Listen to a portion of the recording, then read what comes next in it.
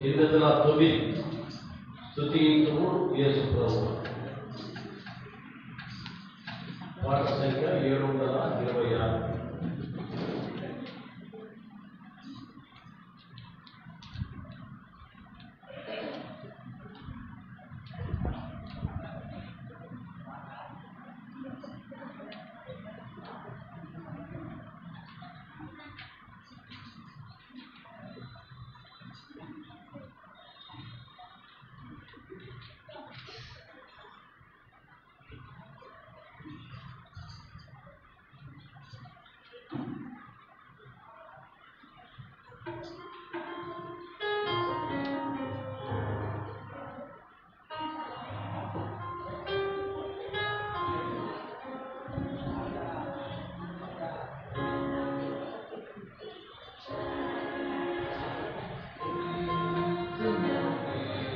ప్రభువా ఆస్తుతికి పాత్రుడా, స్తుతించుము యేసు ప్రభువా, ఆస్తుతికి పాత్రుడా.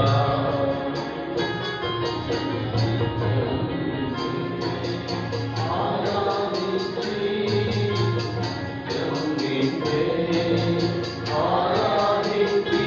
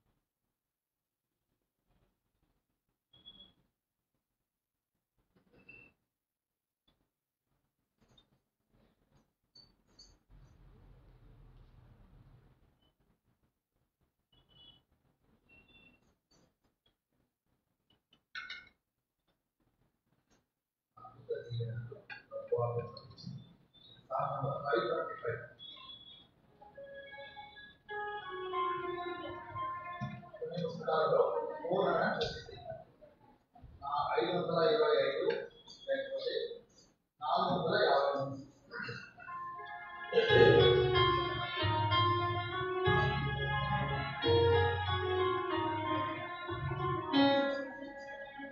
అద్భుతాతి వేదలు ప్రభువా కుమారించితివి నిన్ను ప్రేమాపారము ప్రభువా మాపై చూపితివి నిన్ను ప్రేమాపారము ప్రభువా మాపై చూపితివి మానవుని చేసిన నీ స్వంత రూపమునకు మానవుని చేసిన నీ స్వంత రూపమునకు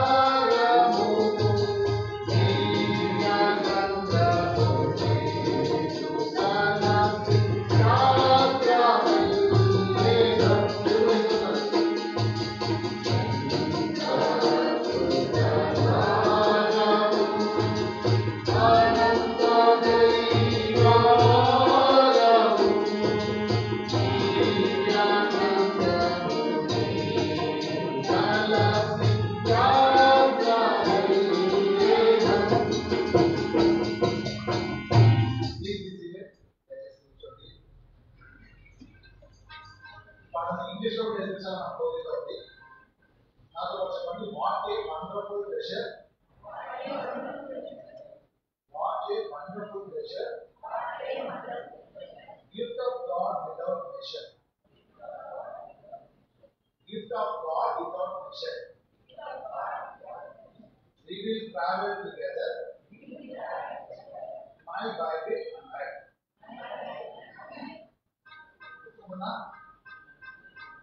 Watch a wonderful treasure. Gift of God without measure. We will travel together. My Bible and I. ఎంత అద్భుతమైన అంటే మాట వండర్ఫుల్ ట్రెజర్. అనంత దైవ వరం. అనంత different. Gift of God without measure. కొలతలు లేని దేవుని బహుమానం. జీవ గ్రంథం నేను కలిసి యాత్ర వెళ్ళాను. We will travel together. My Bible. పడుతున్నామా? బైబిల్ పైకి ఎక్కేద్దాం కానీ పైన చదవబడదు.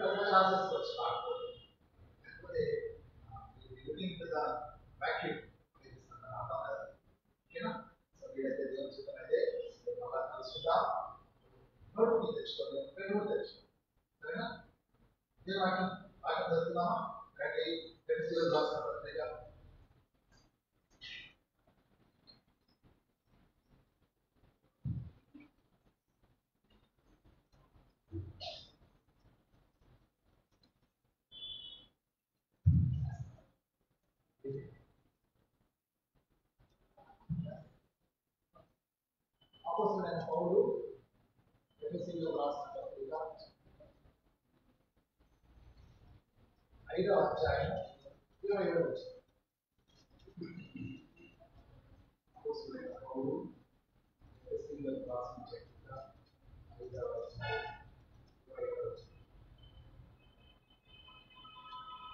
అటువలే అందరికీ చదువుతున్నామా? అటువలే క్రీస్తు కూడా సంఘమును ప్రేమించి అది కళంకమైన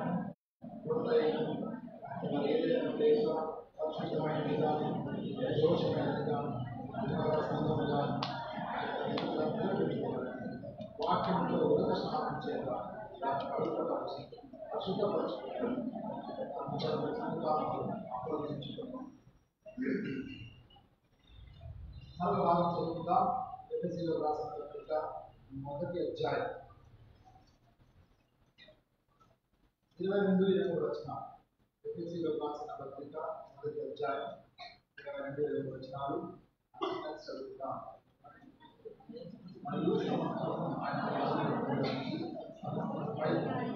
సంఘమునకు శిరస్సుగానే ఆ సంఘము ఆయన శరీరము సమస్తమును పూర్తిగా నియమించున్నవాని సంపూర్ణుడై ప్రభు సాయం కొరకై ప్రార్థన చేస్తున్నాం.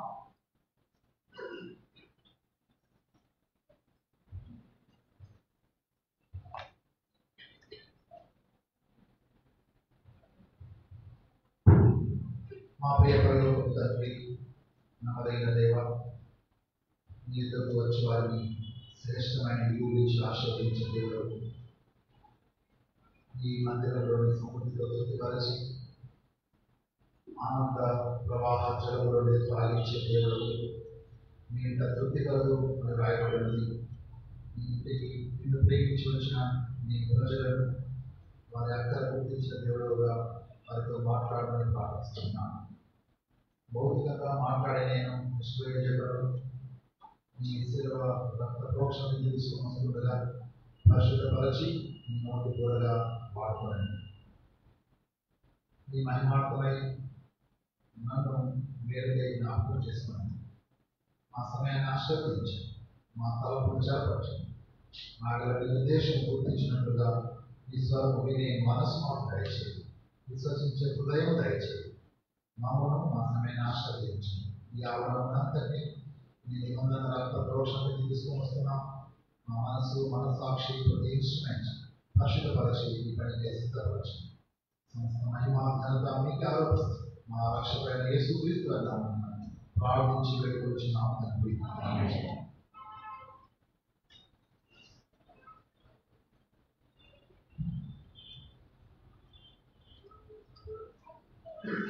ఈ ఉదయకాలన యవనస్తుల కూడికలో మరి పరిశుద్ధ సంఘము అనే అంశం గురించి మనం ధ్యానించడానికి తీర్మానం చేసుకున్నాం. ఇంట్రడక్షన్ గా మరి ఈ పత్రిక వెనకాల చరిత్ర కొంత మాట్లాడుకున్నాం. ఎఫెసీ పట్టణంలో ఎంతో విగ్రహారాధన ఉంది. అక్కడ ఎంతో క్రయం చెల్లించి సంఘాన్ని ప్రారంభించడం జరిగింది. ఎంతో డబ్బులు ఖర్చు పెట్టారు, ఎంతో త్యాగం చేశారు. అక్కడ దేవుడి శేషము మిగిలిపోయింది అన్నమాట. దేవుడి సంఘము అక్కడ ఉంది. అందుకనే వాలెంటరీ స్పీచ్ అంట. అంటే పౌలు ఎఫెసు నుంచి వెళ్ళిపోతూ అపొస్తలుల కార్యంలో ఎఫెసీలో ఉన్న సంఘ పెద్దలను పిలిపించి వారితో ఆయన మాట్లాడుతూ ఉన్నాడు. నేను వెళ్ళిపోయిన తర్వాత క్రూరమైన తోడేళ్ళు వస్తారు, వారు మిమ్మల్ని ఏమాత్రం కనికరించరు, కాబట్టి జాగ్రత్తగా ఉండండి అని ఎఫెసులోని విశ్వాసులను పౌలు హెచ్చరిస్తున్నాడు. అన్ని సంఘాలలోనికి ఎఫెసు మీద పౌలుకు కొంత స్పెషల్ రెస్పెక్ట్, స్పెషల్ కన్సర్న్ ఉన్నట్లు మనకు అర్థమవుతుంది. ఎందుకంటే ఎఫెసులో అప్పటికి రెండు రకాల ప్రజలు ఉన్నారు. ఎఫెసులో రెండు రకాల ప్రజలు ఎవరు వారు అంటే వారు అన్యజనులు, యూదులు. అంటే యేసుక్రీస్తు వారు యూదా వంశంలో యూదా జనాంగంలో జన్మించారు. యేసుక్రీస్తు వారు మరి యోహాను సువార్త 1వ అధ్యాయం 4 నుంచి 5 చదివితే, లేకపోతే 1వ అధ్యాయంలో చదివితే యేసుక్రీస్తు వారు ఇశ్రాయేలులో నశించిన గొర్రెల దగ్గరికి, అంటే ఆయన స్వకీయుల ఎదుకు వచ్చెను అనే మాటను పెట్టుకొని యేసుక్రీస్తు యూదా జాతికి సంబంధించిన వారిని యూదులు కొంత అతిశయిస్తున్నారు. దానితో పాటుగా యూదులు పాటించేటువంటి లేదా ఇశ్రాయేలు జనాంగం పాటించే ధర్మశాస్త్రాన్ని రక్షణ పొందిన క్రైస్తవులందరూ పాటించాలని వారు బలవంతం చేస్తా ఉన్నారు. అంటే ధర్మశాస్త్రంలో ఏ ఆచారాలు, నిబంధనలు, పండుగలు అయితే ఉన్నాయో వాటిని ఆచరించాలని యూదులు అంటున్నారు. అన్యజనులు ఏం చేస్తున్నారు? అన్యజనులకు అవన్నీ తెలియదు, వాళ్ళు యూదులు కాదు, వాళ్ళ ధర్మశాస్త్రం లేదు. కాబట్టి వాళ్ళు మాకు ఇవన్నీ తెలియదు, మేము యేసుప్రభువుని అంగీకరిస్తే మేము యూదులైతాం కానీ క్రైస్తవులం కాము కదా అని వాళ్ళు అనుమానం వాళ్ళు వ్యక్తం చేశారు. ఏమైతేనేమి ఆ రెండు వర్గాల మధ్యలో అసమాధాన పరిస్థితుల్లో ఫ్రిక్షన్ ఉంది. ఫ్రిక్షన్ అంటే తెలుసు కదా, సైన్స్ సబ్జెక్ట్ వాళ్ళకి బాగా తెలుసు, ఫిజిక్స్ లో ఉంటుంది ఫ్రిక్షన్. What is friction?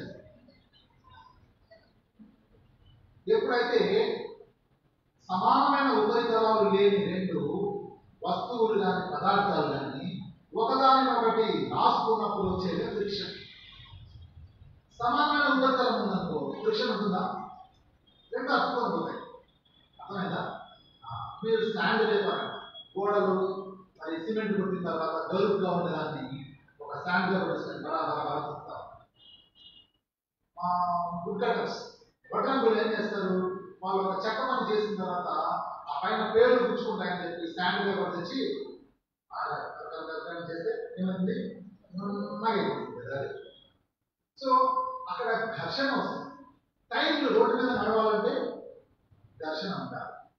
నాకు ఘర్షణ టైర్లు భూమి ఒకదాన్ని ఒకటి రాసుకున్నప్పుడే టైర్ ముందుకు వెళ్తాయి. ఘర్షణ వేరు, సంఘర్షణ వేరు. ఈ మనసులో రెండు పోరాటాలు ఉంటాయి. అది సంఘర్షణ అంటారు. ఘర్షణ వేరు, దాని మీద మీరు పోల్చుకుని ఇబ్బంది పడతారు. ఇప్పుడు ఉద్దేశం అంతా ఏంటంటే రెండు డిఫరెంట్ ఒపీనియన్స్, అంటే వేరు వేరు అభిప్రాయాలు ఉన్న రెండు సమూహాలు ఒక రూఫ్ కింద ఉండాల్సి వచ్చింది. దాన్ని సంఘము అని పిలుస్తాం.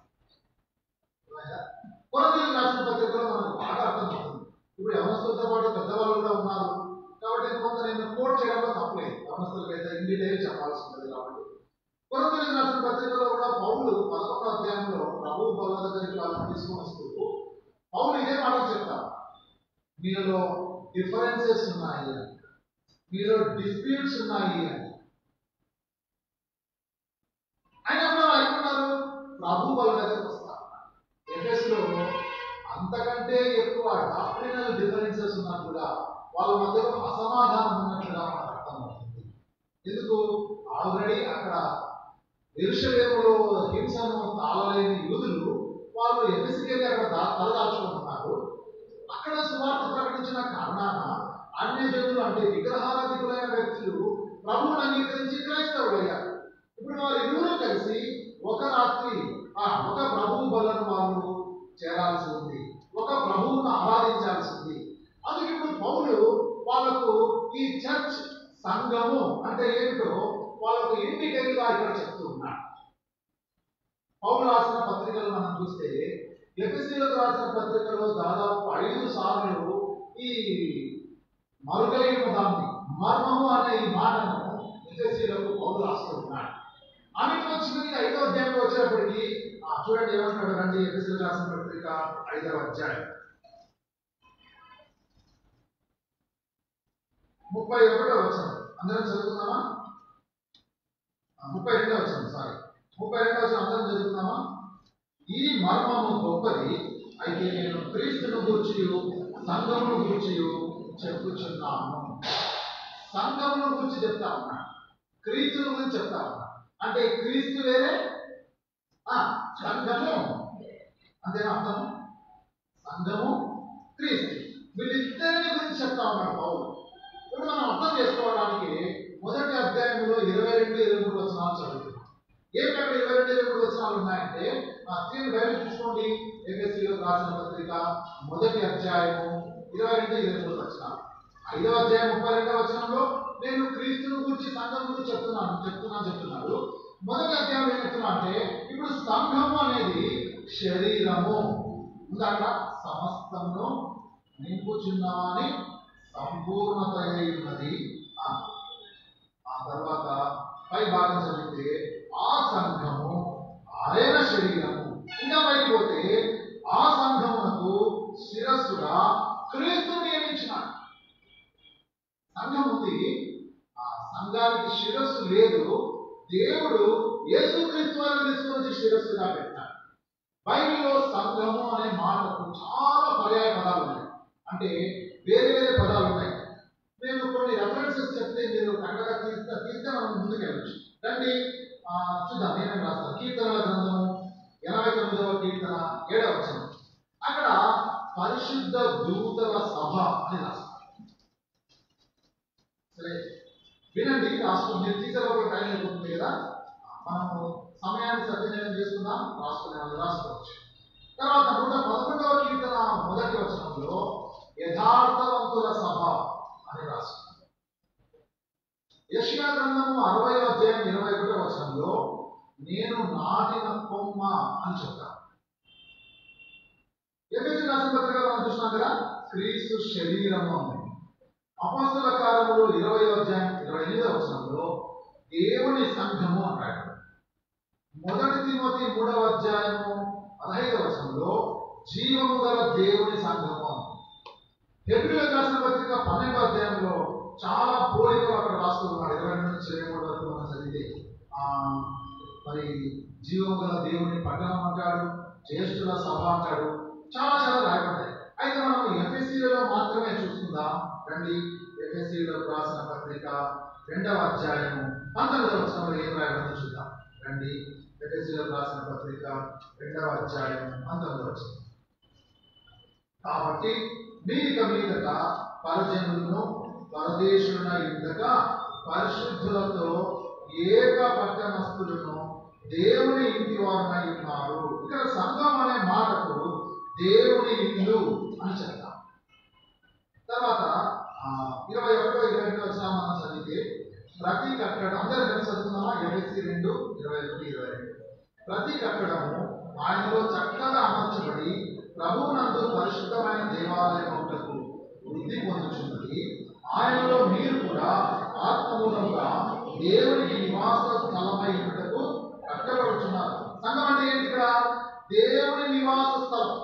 దాని పైన రాయబడింది 20వ వచనంలో దేవుని ఇల్లు, 19వ వచనంలో దేవుని ఇల్లు అని రాయబడింది. 21వ వచనంలో దేవుడు నివసించే స్థలం అని రాయబడింది. మనకు చాలా మందికి ఇల్లు ఉంటాయి. ఉదాహరణకు మీరు బద్దివేలులో ఇల్లు కట్టుకుంటున్నారు, మీకు విజయవాడకు ట్రాన్స్ఫర్ అయిపోయింది. బద్దివేలులో ఏం చేస్తారు? లగేజ్ అంతా తీసేసి ఖాళీ చేసి దాన్ని బాడీలకు ఇచ్చి విజయవాడలో పోయి ఉంటారు. అయితే యేసు ఏం చేస్తా ఉన్నాడు? ఆయన ఇల్లు అదే, ఆయన నివసించేది అక్కడే. ఎక్కడ? సంఘంలో. ఇప్పుడు సంఘం అంటున్నాం కదా, మూల భాషలో ఎక్లీషియా అంటారు. ఎక్లీషియా అంటే కాల్డ్ అవుట్, పిలువబడిన ప్రజలు, బయటికి తీయబడిన ప్రజలు అని అర్థం. ఎక్లీషియా అంటే ఇప్పుడు చర్చ్ అని మనం భౌతిక భాషలో అని అంటున్నాం, కానీ దాని యొక్క మూల అర్థము పిలువబడిన వాళ్ళు, బయటకు తీయబడిన వాళ్ళు. ఈ సంఘము అనేది ఎప్పుడు పుట్టింది? బైబిల్లో రాయబడింది అరణ్యంలో ఉన్న సంఘము అని రాయబడింది. అరణ్యంలో అంటే ఎక్కడ? అరణ్యంలో ఆడింది సంఘం. ఇశ్రాయేలు సమాజాన్ని దేవుడు ఉద్దేశించి మాట్లాడుతా ఉన్నాడు. అంటే ఎవరైతే ఐగుప్తులో నుంచి విడుదల పొందారో, ఐగుప్తు ఎక్కడుంది? పొద్దున్న తెచ్చున్నాం కదా, అబ్రహాము పుట్టిన పిల్లలు వాళ్ళు యాకోబు సంతానముగా ఉన్నారు. రానున్న కరువును తప్పించుకోవాలని దేవుడు వాళ్ళని ఐగుప్తుకు వెళ్ళడానికి అనుమతించాడు. యోసేపు అక్కడ వాళ్ళను చూసుకున్నాడు, వాళ్ళ పిల్లలను పోషించినాడు. అయితే యోసేపు తెలియని రాజు ఫరోగా వచ్చిన కారణాన అక్కడ ఉన్న ప్రజలు చాలా బానిసత్వంలో ఉండిపోవాల్సి వచ్చింది. ఇశ్రాయేలు ప్రజలు ఎంతగానో వృద్ధి పొందుతా వర్ధిల్లుతా ఉంటే ఐగుప్తులకు అనుమానం వచ్చింది. అరే, ఇశ్రాయేలు ప్రజలు ఇంతగా గొప్ప సంఖ్య పెరిగిపోతే మన మీద యుద్ధానికి వస్తారేమో, కాబట్టి వీళ్ళని మనం అణిచివేయాలి అని చెప్పి వాళ్ళకు కఠినమైన పనులు, వాళ్ళతో దాసత్వం చేయించుకున్నారు. సో ఆ కఠినమైన పనులు అక్కడ వెట్టి పనులు అని రాయడం. వెట్టి పనులు అంటే జీతం లేకుండా పని చేయాలి, దాన్ని వెట్టి పని అంటారు. జీతం లేకుండా పని చేస్తా ఉన్నారు. అంతేకాదు వాళ్ళ మీద సూపర్వైజర్స్ పెట్టారంట. ఆ సూపర్వైజర్స్ చాలా హీనంగా ఇశ్రాయేలు ప్రజలను చూసేవారు. అయినా కూడా ఇశ్రాయేలు వృద్ధి పొందుతా ఉన్నారు. ఉంటే ఏం చేస్తారు? పుట్టిన మగపిల్లలందరినీ ఎత్తపోయి నదిలో పడేయండి. ఏ నది? ఐగుప్తులో నది ఉంది. ఏ నది? నైల్ నది. ఇంకా ఉంది నైల్ నది. అక్కడ ఈజిప్ట్ వరదాయిని అంటారు దాని పేరు. సో ఆ నైల్ నది దాంట్లో పడేయండి అని చెప్తారు. చెప్తే ఏమైంది? ఒక తల్లిదండ్రులు మాత్రం, వాళ్ళకి ఒక కొడుకు కూతురు పుట్టినారు, ఇంకా మూడో కాంపులో కొడుకు పుట్టినాడు. వాడు చాలా సుందరుడై ఉన్నాడు. బైబిల్ ఏం రాయబడిందంటే దివ్య సుందరుడు అని రాయడం. వాడు చూసినారు, అయ్యా ఇంత బుద్ధి ఉన్న కొడుకుని ఏం చేస్తున్నావా, చంపుకునేది ఎంత అని చెప్పి దాచిపెట్టినారు. ఏం చేసినారు? 3 నెలల కింద ఎక్కువ దాచిపెట్టేస్తున్నారు. ఏడుపులు ఎక్కువైనాయేమో. వాళ్ళ అమ్మ ఏం చేసింది? ఒక బుట్ట తీసుకొని దానికి కీలు అంటే అంత చుట్టుపక్కల అంతా గమ్ పూసేసి దానికి నీళ్లు లీక్ కాకుండా చేసి లీక్ ప్రూఫ్ తయారు చేసి నైల్ నదిలో వదిలేసింది. వదిలిపెట్టిన వాళ్ళ అక్క దూరం నుంచి చూస్తా ఉంది. అప్పుడే ఆ సమయంలో ఫరో కుమార్తె అక్కడికి స్నానానికి వచ్చింది. ఆ బిడ్డను చూసింది, ఆ కప్పని చూసింది, దాంట్లో ఆ బిడ్డను చూసింది. అరే, వీడు హెబ్రీలో పిల్లలు లాగుతున్నాడే, ఇశ్రాయేలు పిల్లలు ఒకటి లాగుతున్నాడే అని చెప్పి వాళ్ళు తీసుకొని వెళ్ళి తన కొరకు ఆమె పెంచు. ఎవరి పేరు? ఆయన పేరు మోషే. పెద్దవాడైనాడు. అన్నప్పుడు ఈ పెద్దవాడయ్యే లోపల చిన్న పాప ఏం చేసిందంటే ఆ రాణి దగ్గరికి పోయామా, నేను వెళ్ళి ఒక దారిని పిలుచుకొని వస్తాను అంటే దారిని పిలుచుకొని వస్తే ఈ చిన్నపిల్లలు తెలివిగా పోయి వాళ్ళ అమ్మనే పిలుచుకోవచ్చు. సొంతం తల్లి దగ్గర ఒక మారు కుమారుని లాగా పెడతారు. ఇప్పుడు ఆమె ఫరో కుమార్తె కుమారుని తాను పాలించి ఒక దారిగా పెంచుతారు. సొంతం తల్లే దారిగా మారిపోయింది. ఆమె బహుశా నేను అనుకుంటాను ఆ సమయంలో ఆమె అనేక విషయాలు ఆ పిల్లవాడికి బోధించి ఉండవచ్చు. ఇప్పుడు మోషే పెద్దవాడయ్యాడు. ఐగుప్తు సకల విద్యలలో ప్రవీణుడైపోయినాడు. ఒకనొక దినాన పెద్దవాడు అయ్యాను అనుకున్నప్పుడు ఇశ్రాయేలీయుల పైన ఐగుప్తీయులు కఠినమైన దాసత్వంలో ఉంచుకోవడం వాళ్ళకి ఇష్టం లేకపోయింది. అందుకు ఒకటి చంపేస్తారు. ఐగుప్తీయులు చంపేస్తే అది అట్లా ఇట్లా ఆమోదించినప్పుడు అందరికీ తెలిసిపోయింది. రాజుకు చేయలేదు. ఈ లోపల ఇద్దరు ఇశ్రాయేలీయులే కొట్లాడుకుంటా అంటే మోషే అయిపోయి వాళ్ళు ఎందుకమ్మా మీరు కొట్లాడుకుంటున్నారంటే వాళ్ళు ఒరిజినల్ సంగతి చెప్పేసారు. ఏం మనం ఐగుప్తుని చంపినట్టు మనం కూడా చంపాలనుకున్నాం అనేటప్పుడు కానీ లీక్ అయిపోయింది అనుకున్నాడు. ఐగుప్తు రాజు కూడా తెలిసిపోయింది. బహుశా మోషేకు మరణ శాసనం విధించినారు. మోషే అక్కడ నుంచి పారిపోయి మిద్యాను అరణ్యంలో ఉండాల్సి వచ్చింది. అక్కడ 40 సంవత్సరాలు ఆయన అక్కడ ఉన్నాడు. ఒక ఫైన్ మార్నింగ్ ఆయన ఆ మిద్యానులో సీనాయి పర్వతం మీద తన పశువులను కాసుకుంటూ ఉంటే అక్కడ ఒక మండుచున్న అగ్నిలో దేవుడు మోషేతో మాట్లాడారు. చాలా బాగుంది కదా చరిత్ర. మీరంతా బైబిల్ బాగా చదివితే నాకన్నా ముందే చెప్పచ్చు కదా. బైబిల్ బాగా చదవాలి, చరిత్ర బాగా చదవాలి. మీరు న్యూ టెస్టిమెంట్ బాగా అర్థం కావాలంటే ఓల్డ్ టెస్టిమెంట్ బాగా చదవాలి. అర్థమైందా? అప్పుడు మీరేం చదువుతున్నట్లు లెక్క న్యూ టెస్టిమెంట్ చదువుతున్నట్లు లెక్క. అర్థమైందా? సో బాగా చదివితే కానీ ఈ చరిత్ర మనం అప్లై చేసుకోవడానికి ఒక విధానం మీకు ఎదురు చెప్తున్నానంటే దాన్ని బేస్ చేసుకుని కొత్త నిబంధనలో సంఘాన్ని మనం చూడొచ్చు. ఇప్పుడు మోషే నాయకత్వం వచ్చింది. మోషేని దేవుడు ఏర్పాటు చేసుకున్నాడు. మోషే నేను నిన్ను నాయకుడిగా నియమించుకున్నాను. ఐగుప్తులో ప్రజలు చాలా కష్టాల్లో ఉన్నారని వాళ్ళని విడిపించాలా అంటే మోషే తప్పించుకునే ప్రయత్నం చేస్తున్నాడు. అయ్యో నేను నోటి మాంత్రికుల వాటిని మాట్లాడలేను కదా, నాకు భయం ఎక్కువ కదా అంటే దేవుడు అవన్నీ కుదరదు, నీకు నీ అన్న అహరోను పంపిస్తున్నాను, నీ అహరోను వస్తాడు, అహరోను నువ్వు దేవుడిలాగా ఉంటావు, అహరోను నోటి కోరులాగా ఉంటాడు, మీ ఇద్దరు కలిసి విషయాలు విడిపించండి అని చెప్తారు. వాళ్ళిద్దరు ఐగుప్తులో చెప్తానే ఫరో రాజు ఒప్పుకోడు. నేను పంపియను అంటాడు. 10 తెగులు వస్తాయి. చివరికి ఎటకేలకు ఇశ్రాయేలు సమాజం అంతా వాళ్ళ పిల్లలు, మనవళ్ళు, మనవరాళ్ళు, పశువులు మొత్తం అగ్గిగుండం మొదలుకొని అన్ని తీసుకున్నాడు. అగ్గిగుండం వదిలేదు మనకు తెలుసు కానీ ఒక్కటి కూడా వదిలిపెట్టకోకుండా అన్ని తీసుకుని వాళ్ళు ప్రయాణమై వెళ్ళిపోయారు.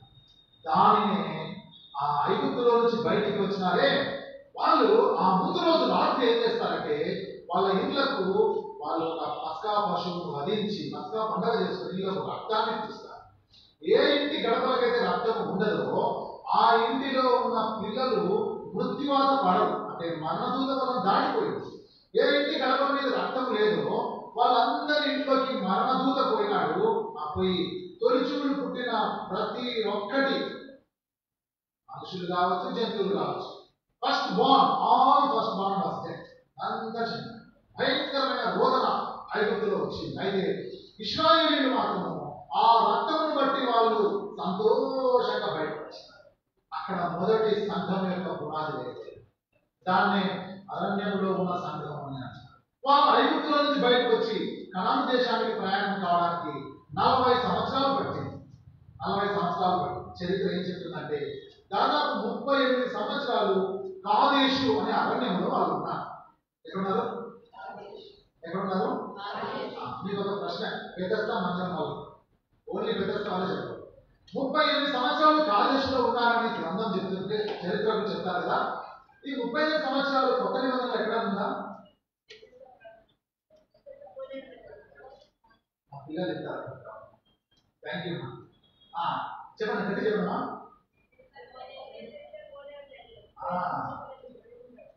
ఎక్కడంట 38 సంవత్సరాలు? ఎక్కడ? ఆ పేరు కోడే పేరు ఏం పేరు? వాయిస్ చెప్పాలి.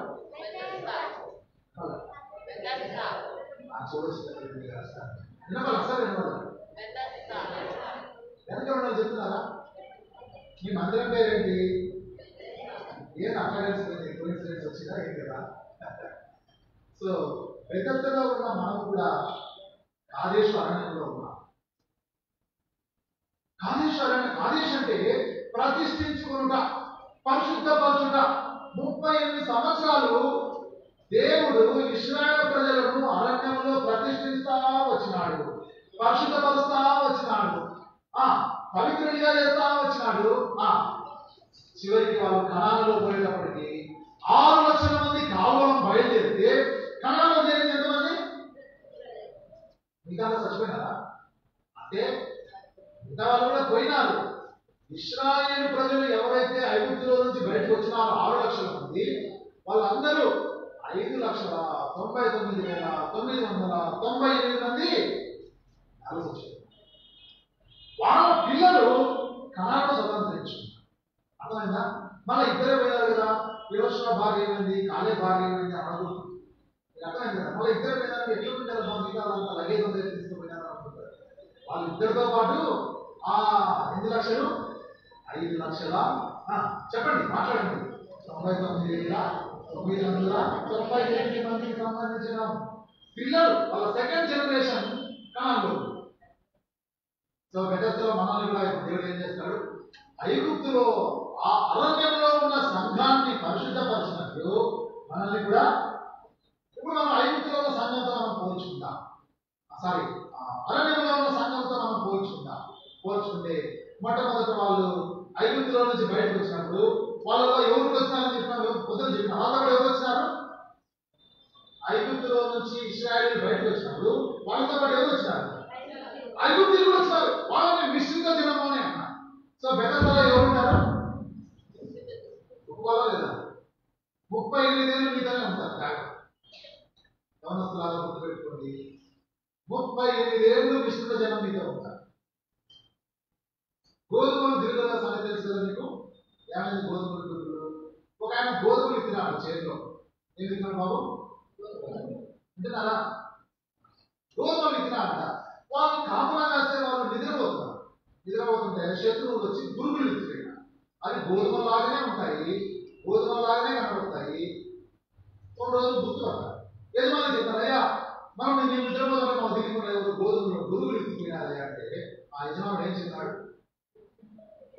కోసేయండి అన్నాడా అనలేదు. గోధుమలతో పాటు గురుగులను పెరగనివ్వండి. 38 ఏళ్ళు విశ్వాసులతో పాటు నామకార్థ విశ్వాసులు మందిరంలో ఉంటారు, బెతెస్దాలో ఉంటారు. వాళ్ళు అప్పుడప్పుడు ఏం చేస్తారంటే నిశ్చిత జనం ఏం నాయకుడయ్యా పదమ్మా కొట్లాడతాం అని పిలుస్తారు. మోషే మీద తిరగబడిన ప్రశ్న, ఏదబ్బా ఎప్పుడు సాంబారం పెడతారు, డబ్బులు ఉన్నాయి మటన్ పెట్టండి, అందులో ఎదురాలు ఉన్నాయి అని అంటారు. ఎవరు, నేను కొంచెం గాడుగా చెప్తున్నా, బైక్లో ఉండే చెప్తున్నా, నేను వేరే చెప్పాను. అర్థమైందా? ఇంకొంతమంది ఉంటారు ఎప్పుడు రాళ్ళు పెట్టుకుని ఉంటారు, ఎప్పుడు మోషేని కొట్టాలా అని. మోషేని కొట్టాలి, రాళ్ళతో కొట్టడానికి ప్రయత్నం చేస్తున్నారు, రాళ్ళు తీసుకున్నారు మోషేని తిరగొట్టడానికి. చివరికి సొంత మోషే అన్న అక్క మోషేని చూసి అసూయపడ్డారు. చివరికి మోషే కూడా అరణ్యంలో ఏం చేశాడు, నోరు జాగ్రత్త. సో బెతెస్దాలో ఉన్న యవనస్తులు కానీ పెద్దవాళ్ళు కానీ మన 38 సంవత్సరాల ఇశ్రాయేలు అరణ్య జీవితానికి మరి తాతకాలీయంగా మీకు కోయిన్సైడ్ కావచ్చు, కానీ అయితే మీరు గమనించాల్సింది ఏమంటే, ఈ చర్చ్ లైఫ్ లో మనతో కలిసి మిశ్రిత జనం నడుస్తూ ఉంటారు టిల్ ద ఎండ్. మనం వైజ్ గా ఉండాలి. మన ఇద్దరికి ఎగ్జాంపుల్ వీళ్ళు యెహోషువ కాలేబులు ఉన్నారు. యెహోషువ కాలేబులు వాళ్ళ గురించి రాయబడింది సంఖ్యాకాండం 13వ అధ్యాయం చదివితే వాళ్ళు పూర్ణ మనసుతో వెంబడించినారు. ఎట్లా వెంబడించినారు? అందుకని కొత్త నిబంధనలో యేసు ఆజ్ఞ ఇచ్చినాడు. ఏమంటే 2 ఆజ్ఞలు ఉన్నాయి కొత్త నిబంధన. మొట్టమొదటి ఆజ్ఞని నీ పూర్ణ హృదయంతో, నీ పూర్ణ మనస్సుతో, నీ పూర్ణ వివేకంతో, నీ పూర్ణ బలముతో నీ దేవుడైన యెహోవాను సేవించాలి. ఏది అదే అంటున్నాడు, అయ్యా మీరు రెండు ఆలోచనల మధ్య ఎందుకు నిలబడతా ఉన్నారు? యెహోవా దేవుడైతే ఆయన వెతకండి, బయలు దేవుడైతే బయలుగా పెట్టుకోండి. 2 తలంపుల మధ్య పడగొడద్దండి. మిశ్రిత జనం విషయంలో యవనస్తులారా, బెతెస్దా సంఘమా జాగ్రత్త. వీళ్ళు మిమ్మల్ని పరలోకానికి పోనీరు, వాళ్ళు కూడా అనగా ఆ మిశ్రిత జనాన్ని బట్టి దాదాపు 5 లక్షల మంది మధ్యలోనే రాలి, శేషము చాలా కొద్దిగా ఉంటుంది. మనం బెతెస్దాలో మనము ఆ శేషంలో భాగంగా ఉంటాం. ఇప్పుడు సంఘం అంటే మీకు అర్థమైందా? సంఘం అంటే ఇక్కడ కూర్చున్న వాళ్ళందరూ సంఘం కాదు. ఈ మందిరంలో కింద పైన ఫుల్ హౌస్ ప్యాక్ అయిపోయి హల్లెలూయా బుర్ర మసీకి జై అని గట్టి కలిసే సంఘం కాదు. సంఘం అంటే ఎవరి కొరకైతే ద్వారబంధాల మీద రక్తము చిందించబడిందో వాళ్ళు మాత్రమే సంఘము. అంటే అందుకని క్రీస్తు పౌలు మాట్లాడతాడు, ప్రభువైన యేసు క్రీస్తు వారు తన స్వరక్తం ఇచ్చి సంపాదించిన సంఘము. ఏమంట? ఎట్లా సంపాదించుకున్నాడు యేసు సంఘాన్ని?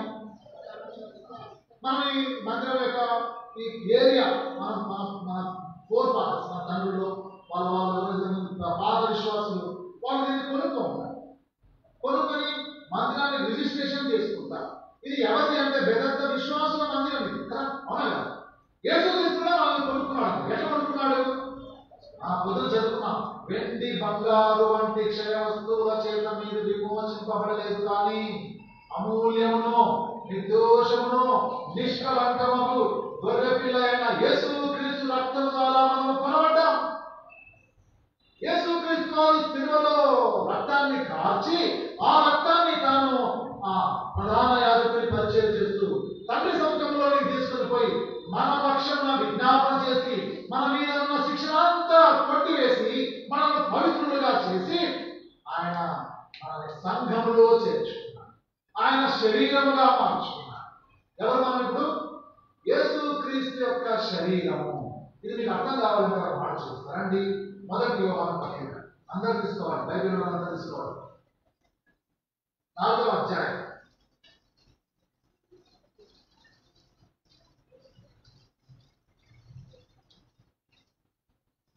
యోహాను మొదటి పత్రిక 4వ అధ్యాయం 17వ వచనం 17 చదువుతున్నాం అందరం కలిసి. తీర్పు దినమందు మనకు ధైర్యం కలుగునట్లు దీని వలన ప్రేమ మనలో పరిపూర్ణం చేయబడినది. ఆయన ఎట్టివారై ఉన్నాడో ఈ లోకంలో మనం కూడా అట్టివారమై ఉన్నాము. సంఘం అంటే ఏంటంటే యేసుక్రీస్తు వారు ఈ లోకంలో ఉన్నప్పుడు ఎట్లా ఉన్నాడో మనం కూడా ఒప్పుకుంటారా? కష్టంగా ఉంది కదా ఈ మాట.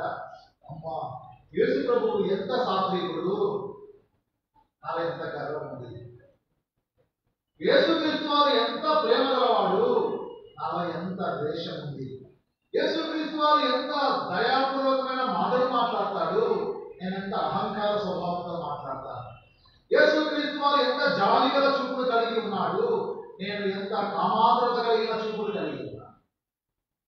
మనం ఇంట్రాస్పెక్ట్ చేసుకుంటే యేసుక్రీస్తు వారు ఎట్లా ఉన్నారు ఒక క్యారెక్టర్ నిలబెడితే, మనం పక్కన నిలబడితే నాలో కళ్ళు, చెవులు, ముక్కు, నోరు, నాలుక, పాదాలు, చర్మము అంతా క్రాస్ చెక్ చేసుకోవాల్సి చేసుకుంటే యేసుక్రీస్తు వారి సంఘములో నేను భాగంగా ఉన్నానా పరీక్షించుకునే సమయం. యవనస్తులారా, ప్రియమైన సంఘమా, నీవు క్రీస్తు శరీరంలో భాగంగా ఉన్నావు. ఈ మాటను మొట్టమొదట గ్రహించాలి. సో ఇప్పుడు భాగంగా ఉన్న మనము ఏం కావాలంటే యేసుక్రీస్తు యొక్క ఉద్దేశము మనం పరిశుద్ధులుగా ఉండాలి. ఎందుకు పరిశుద్ధులుగా ఉండాలి? ముందే రాయబడింది. ఏం రాయబడిందంటే యేసుక్రీస్తు వారు మధ్యాకాశంలో వస్తాడు రెండవసారి. అప్పుడు వచ్చేటప్పుడు ఈ సంఘము ఆయనను ఎదుర్కొంటుంది. ఎదుర్కొన్నప్పుడు యేసుక్రీస్తు వారు ఎట్లా ఉంటారో ఈ సంఘం కూడా అదే పోలికలో ఉంటుంది. రండి, యోహాను మొదటి పత్రిక 3వ అధ్యాయం. అందరూ తీసుకోవాలి బైబిల్. యోహాను మొదటి పత్రిక 3వ అధ్యాయం 2వ వచనం. అందరూ కలిసి చదువుతామా? ప్రియులారా, ఇప్పుడు మనం దేవుని పిల్లలమైనా మనకి ఏమవుతుంది? ఆయన ఉన్నట్టుగానే ఆయన చూపుతారు. ఆయన కోరిందు అని ఎరుగుతూ 4వ అధ్యాయం 17వ వచనంలో ఏమనుకున్నామంటే ఈ లోకంలో ఆయన వలె ఉంటాము. 3వ అధ్యాయం 2వ వచనంలో ఏమనుకుంటున్నాము? ఆయన పోలి ఉంటాం. ఆయన వచ్చినప్పుడు ఈ వాగ్దానం నెరవేర్పు కొరకే మన జీవితంలో యేసుక్రీస్తు వారు సంఘమును పరిశుద్ధముగా చేసే ఈ ప్రాసెస్ ను పెట్టారు. 38 సంవత్సరాలు అరణ్యంలో కాదేశులు అంటే కాదేశు అరణ్యం అంటారు. మొత్తం వాళ్ళ జర్నీ అంతా కాదేశు అరణ్యంలోనే జరిగింది. కాదేశు అరణ్యంలో అంటే ప్రతిష్ఠించుకున్న అనే ఈ లోకంలో లేదా ప్రతిష్ఠించుకొనబడవలసిన ఈ లోకంలో మనం ప్రతి దినము వాక్యం ద్వారా శుద్ధి చేస్తా ఉన్నాం.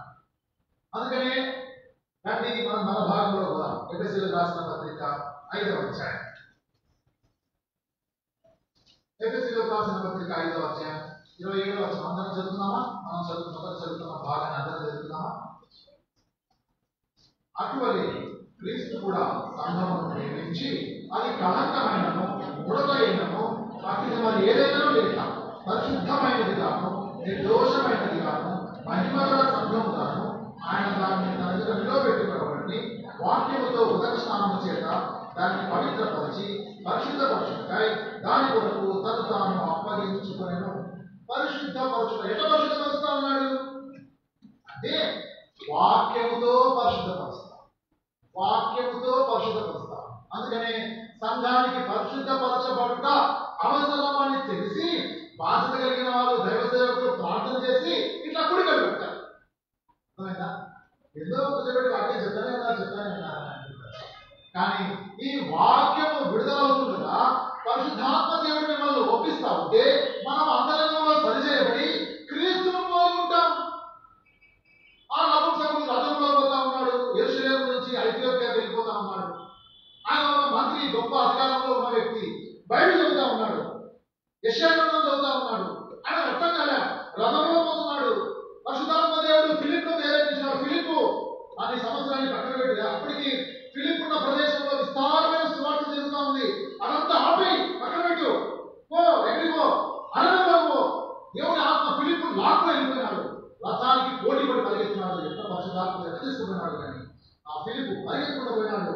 ఆ నపుంసకుడు రథంలో పోతా ఉంటే పోయినాడు, అడుగుతున్నాడు, అయ్యా ఏం చేస్తున్నావు? నేను యెషయా గ్రంథం చదువుతున్నానబ్బా, ఏం అర్థం కాలేదు. ఏం చదువుతున్నావు? 51వ అధ్యాయం చదువుతున్నానబ్బా. ఏముంది 51వ అధ్యాయంలో? మన అతిక్రమ క్రియలను బట్టి అతను గాయపరచబడెను, మన దోషములను బట్టి నలగొట్టబడెను, మన సమాధానమైన శిక్ష అతని మీద పడెను, అతను పొందిన దెబ్బల చేత మనకు స్వస్థత కలుగుతుంది. ఎవరు దెబ్బలు తిన్నారు, ఎవరికి స్వస్థత? నాకేం అర్థం కాలేదే. అప్పుడు ఫిలిప్పు చెప్తాను, అయ్యా లేఖనముల ప్రకారము యేసు క్రీస్తు వారు మన కొరకు జన్మించాడు.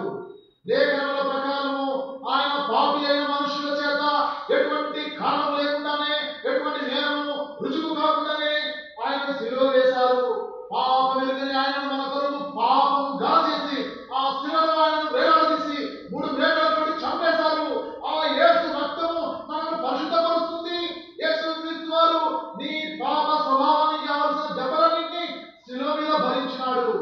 నపుంసకునికి వివరిస్తా ఉంటే నపుంసకుని హృదయం ఒప్పించబడింది. ఒప్పించింది ఫిలిప్పు కాదు, ప్రకటించింది ఫిలిప్పు, ఒప్పించింది పరిశుద్ధాత్మ దేవుడు. వెంటనే ఆ నపుంసకునిలో, విగ్రహారాధికునిలో, అన్యునిలో ఆ దేవుడి వాగ్దానానికి వారసుడు కానీ ఆ వ్యక్తిలో పరిశుద్ధాత్మ దేవుడు కార్యం చేసి వెంటనే నేను బాప్తిజం తీసుకుంటా, నాకు అనుమతించు అనుకోండి. వాక్యము ఇంతగా మన హృదయాన్ని ఒప్పిస్తుంది.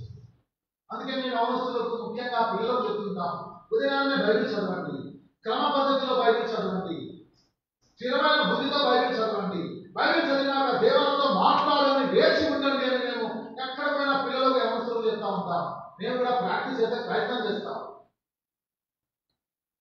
ఎప్పుడైతే వాక్యం చదువుతున్నావో వాక్యం నిన్ను ఒప్పిస్తుంది. మీకు అందరికీ తెలిసిన మాట కదా, యవనస్తులు దేని చేత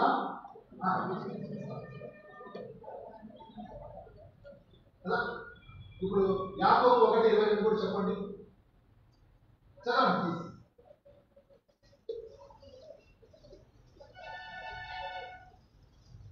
ఇంకా 19వ కీర్తన 11వ వచనం 9వ వచనం బాగానే చెప్పారు. యాకోబు 22 దానికి కాంబినేషన్ ఉంది, అది కూడా చదవాలి. చదవండి, ఎవరైనా చదవచ్చు, ఇద్దరుగా చదవాలి.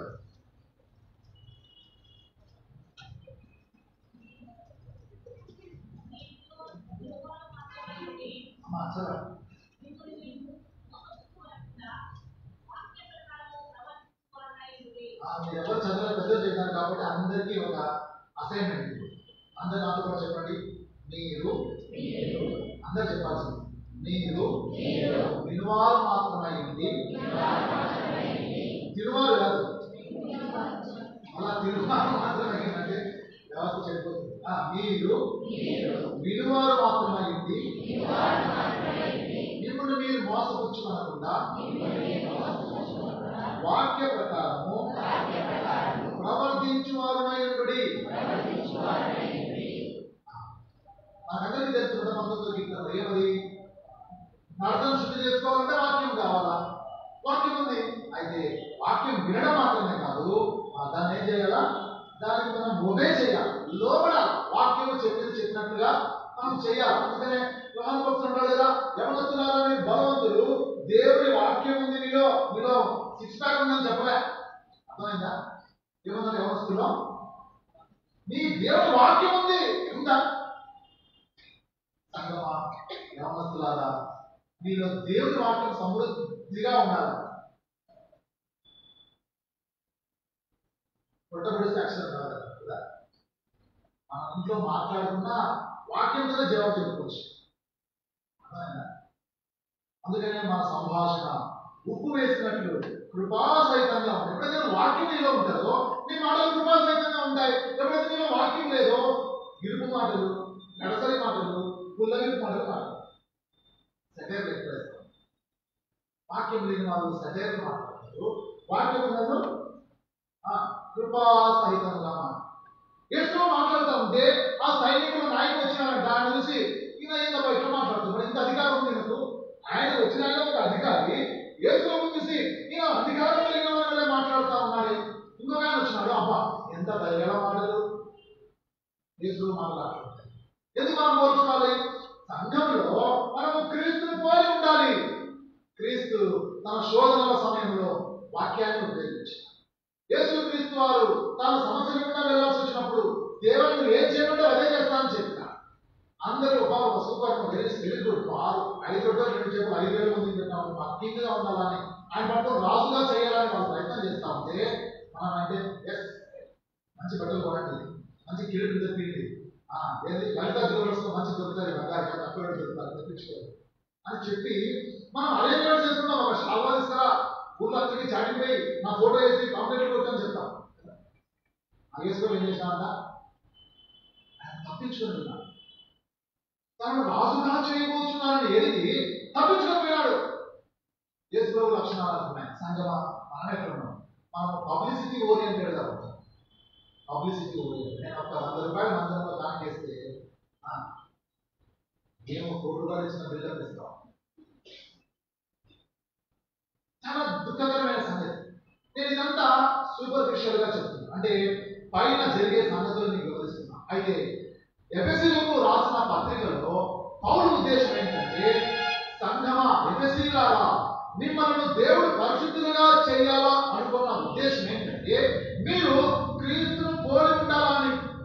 సో మనం సంఘంలో ఉండాలంటే, సంఘంలో భాగంగా ఉండాలంటే మనం ఏం చేయాలి? 6 అధ్యాయాలు ఉన్నాయి ఎఫెసీయులకు రాసిన పత్రికలో.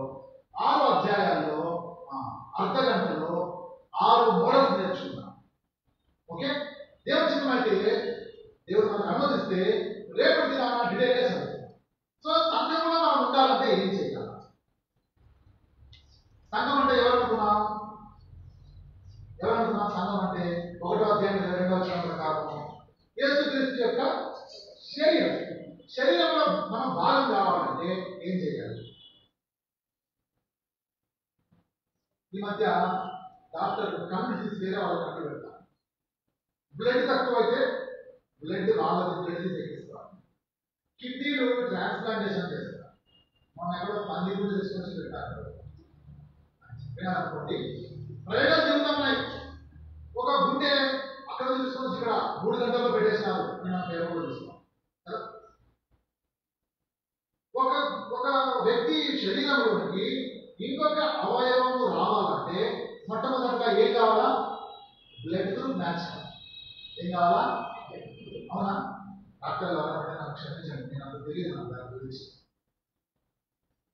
యేసుక్రీస్తు సంఘంలో మనం చేరాలా, శరీరంలో మనం భాగం కావాలంటే మన బ్లడ్ కూడా మ్యాచ్ కావాలా.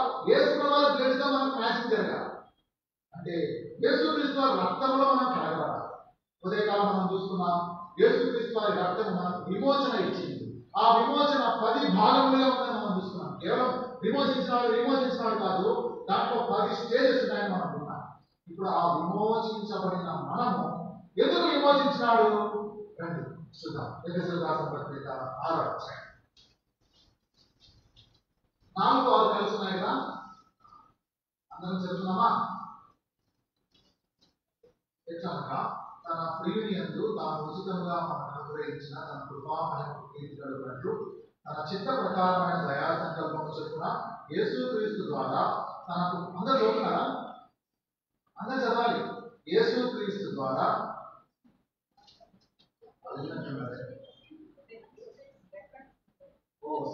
ఎఫెసీయులకు రాసిన పత్రిక 1వ అధ్యాయము 4 నుంచి 6.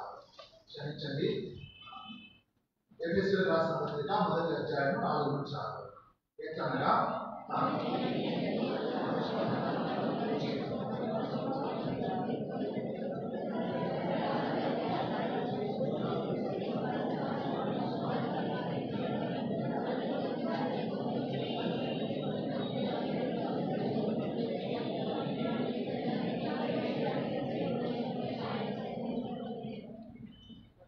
దేవుడు ఎందుకు మనల్ని ఏర్పరచుకున్నాడు? ఎందుకు? కుమారులనుగా స్వీకరించుటకై కదా. ఇంగ్లీష్ బైబిల్ ఉన్నట్లయితే అక్కడ కుమారులని జెండర్ డిఫరెన్స్ రాయలేదు, చిల్డ్రన్ అంటూ అడాప్షన్ అని ఉంది. చిల్డ్రన్ అంటే అక్కలు చెప్పాలి. చిల్డ్రన్ అంటే కుమారులనే, అమ్మాయిలు కూడా. మీరు కూడా మీ కొరకు కూడా ఏసయ్య రక్తం కార్చినాడు. అది నాకు మర్చిపోతుంది. ఇప్పుడు బైబిల్ ఎప్పుడు మాస్కులిన్ జెండర్ లో ఉందని అనుకోదండి. ట్రాన్స్లేషన్ లో అప్పటి పరిస్థితులను బట్టి అట్లా చేశారు. కానీ మూల భాషలో చిల్డ్రన్ అంటూ అడాప్షన్ అని రాయాలి. అంటే తన పిల్లలుగా చేసుకున్న కొరకాయ. సో మొట్టమొదట మీరు సంఘంలో భాగం కావాలంటే పిల్లలుగా ఉండాలి. ఎవరి పిల్లలుగా ఉండాలా? యోహాను 8:44 పొద్దున మనం చదివాం. మనం ఎవరి పిల్లలు అంటారు?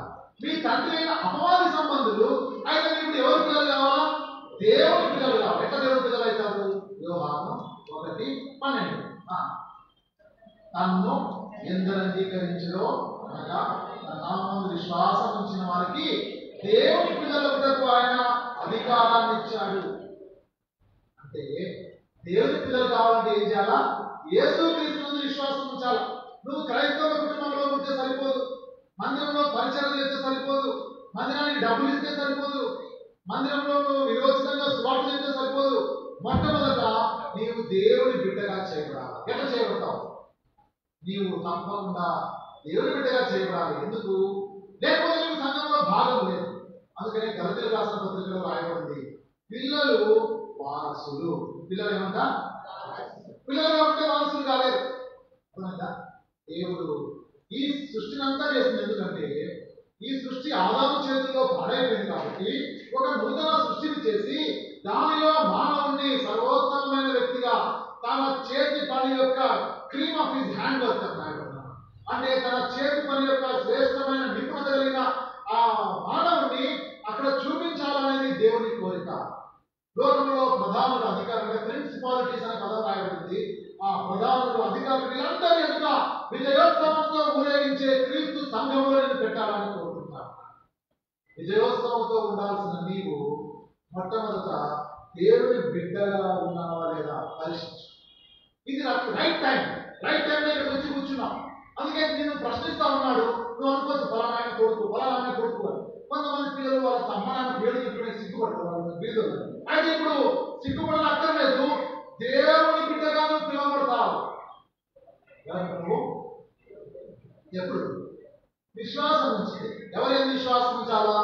యేసుక్రీస్తు వారి యొక్క జనన, మరణ, పునరుత్థానాల మీద విశ్వాసం. అంటే యేసుక్రీస్తు వారు నా కొరకు చనిపోయినాడు, నాకు బదులుగా చనిపోయినాడు, సమాధి చేయబడ్డాడు, తిరిగి లేచినాడు. నువ్వు నమ్మాలా? యేసు రక్షకుడిగా నీ హృదయంలో చేర్చుకోవాలా. అప్పుడే నీ జీవితంలో దేవుని బిడ్డగా చేయాలి. సంఘములో చేర్చుకోవాలంటే మొట్టమొదటి క్వాలిఫికేషన్ ఏంటి? రక్షించబడుట, పాప క్షమాపణ అనుభవం కలిగి ఉంట, దేవుని బిడ్డగా చేయాలి. పిల్లలు అట్లే ఉంటారా? ఏమైతారు పిల్లలు? అట్లే ఉంటారా? నాకు తెలిసి ఇక్కడ నుంచి 5వ లైన్ పైన కూర్చున్నారే వాళ్ళు ఇప్పుడు బహుశా యవనస్తులు అంతా పెద్దవాళ్ళు ఉంటారు. వాళ్ళు ఒకప్పుడు చిన్న పిల్లలాగా సండే క్లాస్ పోయింటారు కదా. మీరు ఇక్కడ ఎందుకు కూర్చోవడం? ఇప్పుడు పెద్దవాళ్ళు అయినారు. ఏమవుతున్నారు? పిల్లలు ఏమవుతారు? పెరిగినాక పిల్లలు పెరిగేమంటారు పెద్దవాళ్ళు అవుతారు. ముసలి అవుతారు. సరే, మనం నవ్వించాలని నేను చెప్పాను, చెప్పలేదు. సో ఇప్పుడు పిల్లలు దేవుని ఇంటిలో వాళ్ళు బలము పొందాలి. పిల్లలు ఏం చేస్తాం? అన్నం పెట్టుకుంటా. నేను పిల్లలు నీకు ఎందుకు అన్నం అంటా? ఏమంటారు? అమ్మ నాయన మీరు గమనించండి, వాళ్ళకి ఆకలి అయితే అంటది, ఆయన చూసిన పిల్లలు పెట్టినట్టు ఎందుకు ఎందుకంటారు? పిల్లలకు ఆకలి ఎక్కువ, ఆడుతూ ఉంటారు, పరిగెత్తారు, అక్కడే ఇక్కడ పోతారు, ఎనర్జీ ఎక్కువ ఖర్చు పెడతా ఉంటారు, వాళ్ళకు జీర్ణశక్తి కూడా బాగుంది. అమ్మ నాయన అట్లా చేస్తుంటారు, చాలా అందరికీ అట్లా చేస్తారు, అందరూ అమ్మ నాయన అట్లా చేస్తారు.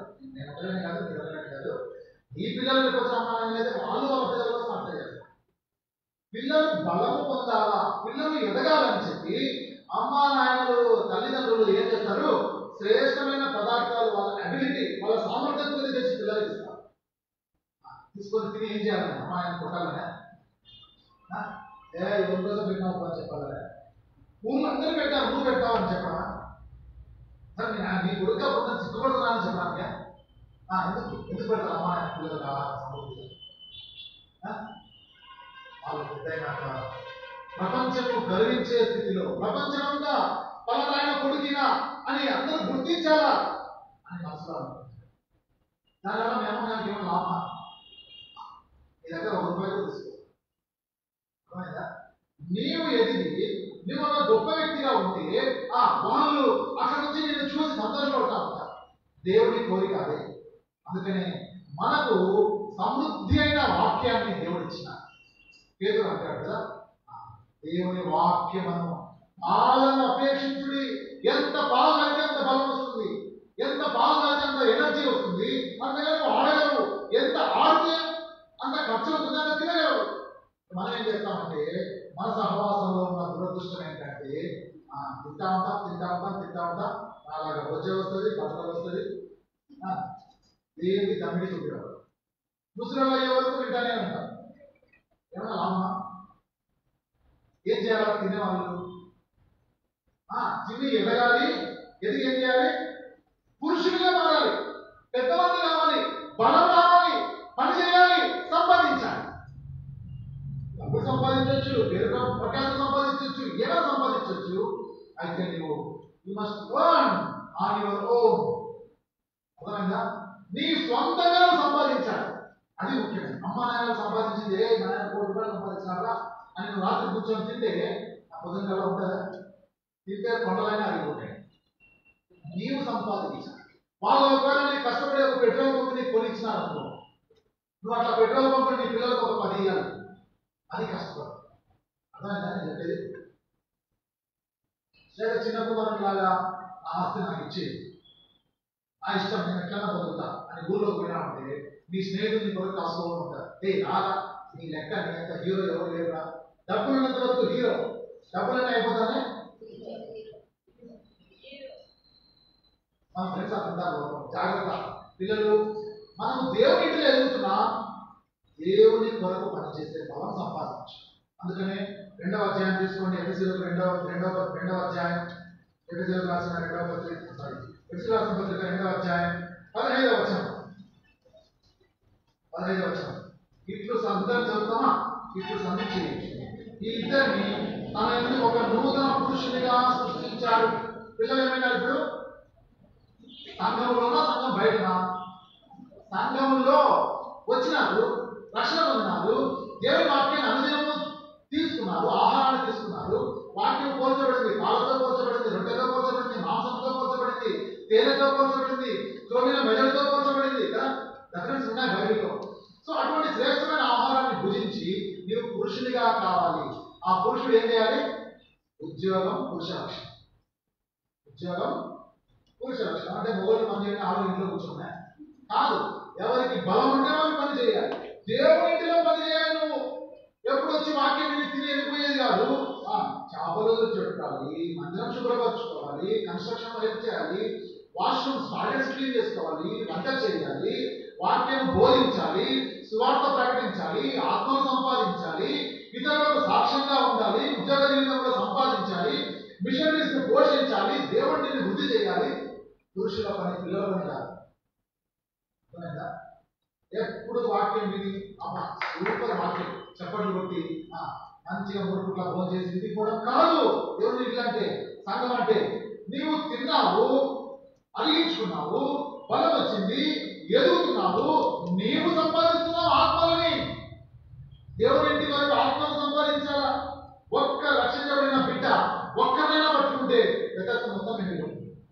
ప్లాన్ చేసుకోండి.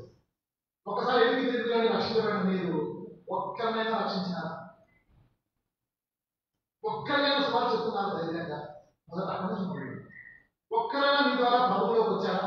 ఎవరో ఫోన్లో మాట్లాడుతున్నారు, దయచేసి బయటికి వెళ్ళి మాట్లాడండి. ఒక్కరైనా ప్రభువులో మీరు సంపాదించుకున్నారా? మనం ప్రశ్నించుకోవాలి. పురుషులుగా డబ్బులు లేకపోతే వాటిని ఎవ్వరు గౌరవించే లోకంలో కదా, సంపాదన చెప్పే గౌరవిస్తారు. వాడు ఎప్పుడు అర్థం. ఆత్మీయ జీవితంలో ఆత్మ సంపాదించకపోతే దౌర్భాగ్యమైన స్థితి మనకొద్దు. మనం పురుషులంగా దేవుని ఇంటిలో ఆత్మలు సంపాదిస్తాం, ఆత్మల కొరకు ప్రయాసపడతాం. ఈ పురుషులు అట్లే ఉన్నారా? రండి 3వ అధ్యాయం 18వ వచనం అందరం చదువుతున్నామా? మీరు అంతరంగ పురుషుని యందు శక్తి కలిగి ఆయన ఆత్మగా బలపరచబడినట్లుగా క్రీస్తుని హృదయంలో విశ్వాసము ద్వారా నివసించినట్లుగా తన మహిమేశ్వరం చెప్పడానికి దయచేయబడండి. మీరు దేవుని సంపూర్ణత కూడినట్లుగా ప్రేమ ఎందు వేర్పారి స్థిరపడి సమస్త పరిశుద్ధులతో కూడా దాని వెడల్పు, పొడుగు, లోతు, ఎత్తు ఎంతో గ్రహించుకుంటాను. జ్ఞానములకు మించిన క్రీస్తు ప్రేమను తెలుసుకుంటాను తగిన శక్తి గలవారు కావాలని ప్రార్థించుచున్నాను. ఇక్కడ వాక్యమును భుజించడం ద్వారా వచ్చే శక్తి లేదు, పౌలిక కోరే శక్తి లేదు. పౌలిక ఏం శక్తి లేదు అంటే సంఘంలో ఉండాలని కోరుతున్నాం అంటే క్రీస్తు ప్రేమను గ్రహించడానికి శక్తిగా. This is the ability of a matured Christian. అంటే ఒక క్రైస్తవుడిగా నీవు పరిణితి చెందాలి. నీవు పురుషునిగా ఉన్నావు కదా, అంతరంగ పురుషునిలో కూడా బలం ఉండాలి. పురుషునిగా అంటే ఓన్లీ కండబలము సువార్తల ద్వారా ఆత్మలు సంపాదించేది కాదు. అంతరంగ పురుషునిలో బలం కలిగి నీవు ఒక పరిణితి చెందిన క్రైస్తవునిగా ఉండి ఏది దేవుడి చిత్తమైంది, ఏది దేవుడి చిత్తం కాదు, ఏది పరిశుద్ధమైంది, ఏది అపవిత్రమైంది, ఎవరు దేవుడి బిడ్డ, ఎవరు దేవుడి బిడ్డ కాదు, నేను ఎవరిని వెంబడించాలి, ఎవరి కోసం ప్రయాసపడాలి, ఇదంతా వివేచన కలిగి ఉండాలి. ఎప్పుడు ఉంటుంది అక్కడ? పరిశుద్ధులతో ఉంది. అందుకని భక్తి గారు చెప్పారు కదా, చెప్పారు all saints the last house అంటే ఆల్ బిలీవర్స్ అనే మాట ఉపయోగించారు. మన ఇక్కడ నేను ఒక దురదృష్టం ఒక కార్డు ఒక ఆయన రాయించిన ఆల్ బిలీవర్స్ ఆర్ ఈక్వల్ అన్నాడు. తప్పు. All saints are equal. పరిశుద్ధులందరూ సమానులే. ఇప్పుడు నువ్వు ఆత్మ సంపాదిస్తావు, నీ అంతరంగ పరిశుద్ధత గురించి ఆలోచించాలి. దేని గురించి ఆలోచించాలి? అంతరంగంలో పరిశుద్ధత. నేను ఒంటరిగా ఉన్నప్పుడు ఎట్లున్నా, అమ్మ నాన్న లేనప్పుడు ఎట్లున్నా, నిద్రలో నాకు ఎటువంటి కళలు వస్తున్నాయి, నా స్నేహితులు ఎట్లాంటి వాళ్ళు, ఎట్లాంటి మాటలు మాట్లాడుతున్నా, సంగమా ఎవరితో కలిసి నువ్వు ఆలోచిస్తున్నావు, ఎవరితో ఎక్కువ సమయాన్ని స్పెండ్ చేస్తున్నావు, ఎవరితో ఎక్కువ మాట్లాడుతున్నావు, నీ భార్య భర్త లేని సమయంలో నీ ఆలోచన విధానం ఏంటి, నీ భర్తకు తెలియకుండా ఏం చేస్తున్నావు, భార్యకు తెలియకుండా ఏం చేస్తున్నావు, ప్రశ్నించుకోవాల్సిన సమయం ఇది. అంతరంగ పురుషునిలో శక్తి ఉంటే నీవు ప్రభువుని సంతోషపెడతావు, పరిశుద్ధిగా ఉంటావు. పరిశుద్ధిగా ఉంటే భార్యాభర్తల మధ్య ఎటువంటి భేదాభిప్రాయాలు రావు. పరిశుద్ధమైన జీవితం లేని కారణాన భర్తకు తెలియకుండా భార్య, భార్యకు తెలియకుండా భర్త ఎన్నో పనులు చేస్తారు. మనకంటే అననీయ సభ్యురాలు చాలా మేలు. మాట చెప్పడానికి బాధపడుతున్నాం. విశ్వాస కుటుంబంలోని భార్యాభర్తల కంటే అననీయ సభ్యురాలు తప్పు చేసి కలిసి చచ్చిపోయినారు. మనము విడివిడిగా తప్పు చేస్తా ఉన్నాం. దేవుని నామాన్ని అపవిత్ర పాలు చేస్తాం, అవమానం పాలు చేస్తాం, అపవిత్రతను మన పిల్లల మీద ఇస్తాం. పరిశుద్ధత విషయంలో సంఘము అనేది పరిశుద్ధతనే బౌండరీ, చుట్టూ క్రింద పైన పరిశుద్ధతనే, వేరే ఏంటి? అర్థమైందా? సో ఇటువంటి పరిశుద్ధమైన జీవితం నువ్వు జీవించాలని దేవుడు కోరుతావు. సంఘంలో మొట్టమొదట వాట్ ఇస్ యువర్ ప్లేస్? మొదటి అధ్యాయంలో నీ ప్లేస్ ఏంటి? పిల్లలు. ఎవరు మనమంతా? ఎవరి పిల్లలు? ఎవరి పిల్లలు? సాతాను పిల్లలు. సంఘంలో మనం సంఘంలో దేవుని పిల్లలు. యేసు ప్రభు రక్తము చేత విమోచించబడ్డ దేవుని పిల్లలుగా వచ్చాం. సంఘానికి రెగ్యులర్గా వచ్చి దేవుని వాక్యాన్ని విని బలం పొంది పురుషులం అవుతాం, అంటే తిరిగి పెద్దవాళ్ళు అవుతామా? మూడవది ఏమవుతుందా? పరిశుద్ధులుగా మారుతాం. స్టేట్ కాదా? పరిశుద్ధులు. ఇదంతా ఎపిసోడ్లో చదువుతున్నాం కదా. పరిశుద్ధులుగా ఈ పరిశుద్ధుల తర్వాత ఏం చేస్తా ఉన్నారు అంటే 4వ అధ్యాయం. పరిశుద్ధులైతే అయిపోయిందా? పరిశుద్ధులైతే ప్రభు దగ్గర వచ్చేస్తున్నారా భూమికి? లేదు, ఇంకా ఉంది పని ఇక్కడ. కానీ 11 నుంచి 13 వరకు కలిసి చదువుదామా? ఎఫెసీయులకు రాసిన పత్రిక 4వ అధ్యాయం 11 నుంచి 13 వరకు. మనమందరం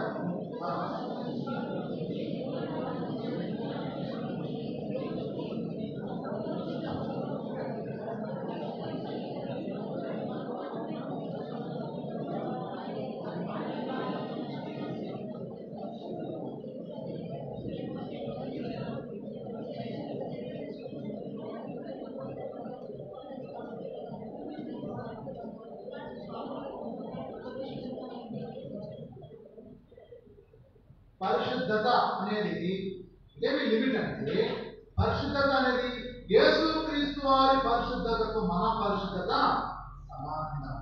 11 వచనాలు, క్రీస్తు యేసునకు కలిగిన సంపూర్ణతకు సమానమైన సంపూర్ణత అనే కింద వచనంలో ఏంటా సంపూర్ణత అంటే పరిశుద్ధులు సంపూర్ణులయ్యే, పరిశుద్ధులు పరిపూర్ణులయ్యే పరిచర్య. పరిశుద్ధులు ఉంటే అక్కడికి అయిపోలే. వాళ్ళు ఎటువంటి పరిస్థితి రావాలా? క్రీస్తు యేసు ఎటువంటి పరిస్థితి ఉందో అటువంటి పరిశుద్ధత. ఆ పరిశుద్ధత రావాలంటే ఏం కావాలగా రాయబడింది, పరిచారకులను నియమించినాడు. ఎవరంతా ఎవరు నియమించినాడు? చూడండి, మన కళ్ళెదురునే పిల్లలు పుడతారు, మందిరంలో వస్తారు, వాళ్ళ అమ్మాయిని తీసుకొని చేతుల్లో తల మీద చేతులు పెట్టి వాళ్ళ మీద ప్రార్థన చేస్తాము, దేవునికి ప్రతిష్ఠిస్తాము. ఆ పిల్లలు సండే స్కూల్కి వెళ్తారు, యూత్ మీటింగ్కి వెళ్తారు, రాష్ట్రం పొందుతారు, బాప్తిసం తీసుకుంటారు, వాక్యం చెప్తారు, అక్కడే సంఘంలో బాధ్యతలు సభలుగా ఎదుగుతారు, అనేక మందిని సంపాదిస్తారు, వాక్య పరిచయం చేసుకుంటారు. ఇప్పుడు ఆ పరిచయం చేయడం వల్ల పరిశుద్ధులు ఏమవుతారు? సంపూర్ణులు అవుతారు. అంటే పరిచర్య కావాలనుకునే వాళ్ళు ఇక్కడ ఒకసారి ఆగండి. మందిరాల్లో కూడా వాళ్ళు పరిచర్యల కోసం వస్తాం చాలాసార్లు. నాకు ఎప్పుడు వాక్యం చెప్పేగిలే, నాకు అలవాటు చేయగిలే, లేకపోతే నాకు కానుకవేడు లెక్క పెట్టేగిలే, లేకపోతే నాకు కిచెన్ పెట్టి నాకు ఇలా, లేకపోతే నేను సువార్త చెప్పే ఛాన్స్ లేదు, ఏదో మాట్లాడతాను చాలాసార్లు. పరిచర్య ఎవరైతే కావాలని అనుకున్నారో వాళ్ళందరూ ఒక స్టాప్. ఇది కూడా సో పరిచయం కూడా ఉండాలంటే నువ్వు మొట్టమొదటి ఏమై ఉండాలా? 3వ అధ్యాయంలో ఏమంటారు? 3వ అధ్యాయంలో పరిశుద్ధులై ఉండాలి. 2వ అధ్యాయంలో ఏమై ఉండాలా? పురుషులుగా ఉండాలి. పురుషులు అంటే ఏం చేయాలా? ఒక్క ఆత్మలను సంపాదించినావా? పైస ఆదాయం లేదు కానీ ఇంట్లో పెత్తనం కావాలనుకుంటున్నారు. లోకంలో అట్లాంటి మాట్లాడుతున్నారు. ఒక్క ఆత్మ సంపాదించుకున్న పరిచయం ఏం చేస్తావు? దానికన్నా ముందుకెళ్తే దేవుడి బిడ్డ అని కావాలి ఫస్ట్. అంటే రక్షించబడి ఆత్మను సంపాదించి పరిశుద్ధమైన జీవితం కలిగిన వాళ్ళే పరిచయాలుగా ఉంటారు. ఎవరైనా మీలో పరిచయం నాకు లేదని బాధపడే వాళ్ళు ఒకసారి ఒక స్టాప్ వేసుకొని వెనక్కి చూసుకొని నేను నా పరిశుద్ధ జీవితం అంటున్నాను. ఇంతకుముందు నేను ఆత్మ సంపాదించిన ఒకటన్నా. అందుకని నాకు తెలిసిన ఒక దైవ సేవకుడు ఆయన ఒక రూల్ పెట్టాడు. సువార్తకు వచ్చే వాళ్ళు ఎవరు కూడా బాప్తిజం లేకుండా సువార్తకు రాకూడదని పెట్టేసిన రూల్. బాప్తిజ సాక్ష్యం యొక్క అనుభవం లేకుండా సువార్తకు రావద్దండి అన్నాడు. నీకు ఎంత తలాంతున్నా, నువ్వు ఎవరికి పెద్ద బిడ్డ అయినా, నువ్వు సంఘంలో నువ్వు పెద్ద వ్యక్తి కొడుకైనా నాకు సంబంధం లేదు, నేను అలో చేయలేదు. స్ట్రిక్ట్గా ఉంటుందా? ప్రభు అట్లా నిర్ణయం తీసుకుంటే అందుకనే పరిచయాలు కావాలనుకునేటప్పుడు మీరు చేసేది ఏదో మీకున్న అబిలిటీ కాదు. అందుకని పౌలు అంటాడు, my ability is of the lord, my sufficiency is of the lord. నా యొక్క సామర్థ్యము ప్రభు వల్లనే అంటున్నాడు ఆయన. ప్రభువు సామర్థ్యం ఇస్తే పరిచయం చేస్తాం. ఆ పరిచయం చేయాలంటే పరిశుద్ధమైన జీవితము, ప్రైవేట్ లైఫ్ గురించి ఆలోచించాలి. ప్రైవేట్ లైఫ్ గురించి నేను మాట చెప్తున్నాను. దావీదు ఒక మంచి ఉదాహరణ. ఎందుకు? దావీదు ఇశ్రాయేలుల తరపున యుద్ధం చేసే పరిచయం వెళ్ళాడు. గొల్యాతును ఎదుర్కొంటా ఉన్నారు. గొల్యాతు ఆధారబావుడు, సమస్య పెద్దది, అందరూ భయపడతా ఉన్నారు, వాళ్ళకి ఏం ఆధారం లేదు. ఇప్పుడు దేవుడి నామాన్ని చేతిలో పట్టుకుని దావీదు వెళ్తా ఉన్నాడు. చిన్న బాలుడు. ఎక్కడి నుంచి వచ్చిన ధైర్యం? పరిచారకునికి ఎక్కడి నుంచి వచ్చిన ధైర్యం? సౌలు ఆశ్చర్యపోతున్నారు, అరే చిన్న పిల్లడు రాను పోలేమంటే అప్పుడు సౌలుకు చెప్తా ఉన్నాడు. వాళ్ళ అమ్మ నాయనకు చెప్పలే, వాళ్ళ అమ్మలకు చెప్పలే, రాజా నేను గొర్రెలు కాసుకుంటానంటే ఒక సింహం వచ్చింది, నేను చీర్ చేసి, వెలుగుబడి వచ్చింది, నేను చీల్ చేసిన, తల్లి కొట్టినాను, విజయం సంపాదించిన, సింహాలు లాంటి సమస్యలు, ఎలుగుబంటి లాంటి శోధనలు మన జీవితంలో, రహస్య జీవితంలో జయించిన తర్వాతనే సంఘంలో బహిరంగంగా గొల్యాతు అనే శత్రువును ఎదుర్కొనగలవు. సాహసించి నువ్వు పోయినట్లయితే సంసోను వలె విడజింపుదును అనుకుంటాం. నేను ఆ రోజు అంతమందిని చేసిన, ఈరోజు ఇంత వాక్య పరిచయం చేసిన, ఆ రోజు అంతమంది స్వచ్ఛత ఇచ్చిన, నేను కూడా పోయి చేస్తానంటే సంసోను అనుకున్నానంట, నేను కూడా లేస్తానంట. ఏమైంది? చేసేటప్పటికి మొత్తం గుండె అయిపోయింది, తలవెంట్రుకలు లేవు, అనుకున్న నాజీలు వెళ్ళిపోయినారు. అదేమన్నారు? Ordinary man. వాళ్ళు కాలు చేతులు కట్టేసినారు, కళ్ళు తీసేసినారు, ఒక తిరుగ రాయి కట్టినారు, ఎదురు కదగట్టు కట్టేసినారు, తిరుగ రాయి పశువు వలె హీనంగా చూసినారు. అభిషేకాన్ని దయచేసి కోల్పోదు. పరిశుద్ధాత్మ దుఃఖం వచ్చాయి. నీలో ఉన్న పరిశుద్ధత విషయమై రాజీ పడద్దు. నీకున్న ఎంత నీ పేరు ప్రఖ్యాతులు పోయినా, నీ డబ్బంతా పోయినా ఒప్పుకో, కానీ నీలో పరిశుద్ధ జీవితానికి మాత్రం పోగొట్టుకోవడానికి అనుమతించద్దు. యోసేపు ఆ పని చేస్తున్నాడు. యోసేపు అన్ని సంవత్సరాలు యోసేపు ఎక్కడ చేయి పెడితే అది వర్ధిల్లింది, వర్ధిల్లుతా వస్తుంది, ఘనత వస్తా ఉంది, మంచి పేరు వస్తా ఉంది. పరిశుద్ధ విషయంలో పాల్పోయినా, నాకు వద్దు, నేను వెళ్ళిపోతా, ఈ పరిచయం వద్దు, ఏమొద్దు నాకు, నేను పవిత్రత కాపాడుతా, హృదయంలో పవిత్రత విషయమై అటువంటి రోషం కలిగిన వారి వరకు ప్రభు చూస్తా. రాజీ పడే వాళ్ళ కోసం ప్రభు చూస్తాను. రాజీ పడితే రాలిపోతావు. రోషంతో బ్రతికితే ప్రభు కొరకు నీవు ఒక మంచి సాధనముగా పరిచారకంగా వాడతావు. ఇప్పుడు సంఘంలో 4 స్టేజ్లు చూసినాం. మొట్టమొదటిది ఏంటి? అందరూ చెప్పాలి జవాబు. మొట్టమొదటిది దేవుడు, పిల్లలు. రెండవది పురుషుడు. మూడవది పరిశుద్ధుడు. నాలుగవది ఎవరండి? పరిచారకుడు. ఆ పరిచారకుడు రకరకాల తలాంతులు ఉన్న వాళ్ళు. కొంతమందికి ఒకటే ఇస్తాడు, కొంతమందికి 5 ఇస్తాడు. కొంతమంది కీబోర్డ్ వాయిస్తారు, పాటలు పాడతారు, తబలా కొడతారు, వాక్యం చెప్తారు, స్వార్థ చెప్తారు, ఆత్మసమ అన్ని చేస్తూ ఉంటారు. కొంతమంది నమ్మకంగా గేట్ దగ్గర కూర్చొని పరిచయం. ఆ పరిచయం ఎంత విలువ ఉందో, నేను ఇంత కైతకలాగా దానికి అంతే రిజల్టే వస్తుంది. అర్థమైందా? ప్రభు నమ్మకత్వాన్ని చూస్తాడు. నువ్వు దాచిపెట్టి దాన్ని చూడలేదు. నువ్వు నీకు ఇచ్చిన పరిచయం దాచిపెట్టి నాకు మందిరంలో గౌరవమే లేదు, నేను మందిరానికి పోను అంటే ఏమంటాడు? యేసులో వచ్చినాడు ఏమంటాడు? సోమరివైన చెడ్డదాసుడా. ఏమంటాడు? సోమరివైన చెడ్డదాసుడా. కనీసం కూర్చుంటాడు గంట సేపు, పోయి గేట్ దగ్గర కూర్చోకపోతే, సహాయం కలిగి ఎవరు లేరు, నాకు ఒకసారి సహాయం చేయమంటే చేయలేకపోతుంది, మందిరం కసు కూర్చాలి, మందిరం శుభపరచాలి కాబట్టి రాలేకపోతుంది. నువ్వు సోమరుడు కాగా నువ్వేమన్నా చురుకైన అవుతావా? అయితే రాకపోతే తలుపు ఉతక మీద తిరుగుతుంది. ఉతక అంటే కీలు ఉంటుంది కదా, తలుపు. తలుపు ఎంత తిరిగినా అక్కడే తిరుగుతావు. అలా నడుస్తుందా తలుపు? నడుస్తుందా? నువ్వు ఇప్పుడు ఇల్లు కట్టినావు, ఇల్లు పడగొట్టే వరకు ఉతక మీద తిరుగుతూనే ఉంటుంది. అంతేనా? తిరిగే తలుపు. సోమరి పలుపు మీద తిరుగుతాడు. ఎక్కడ తిరుగుతాడా?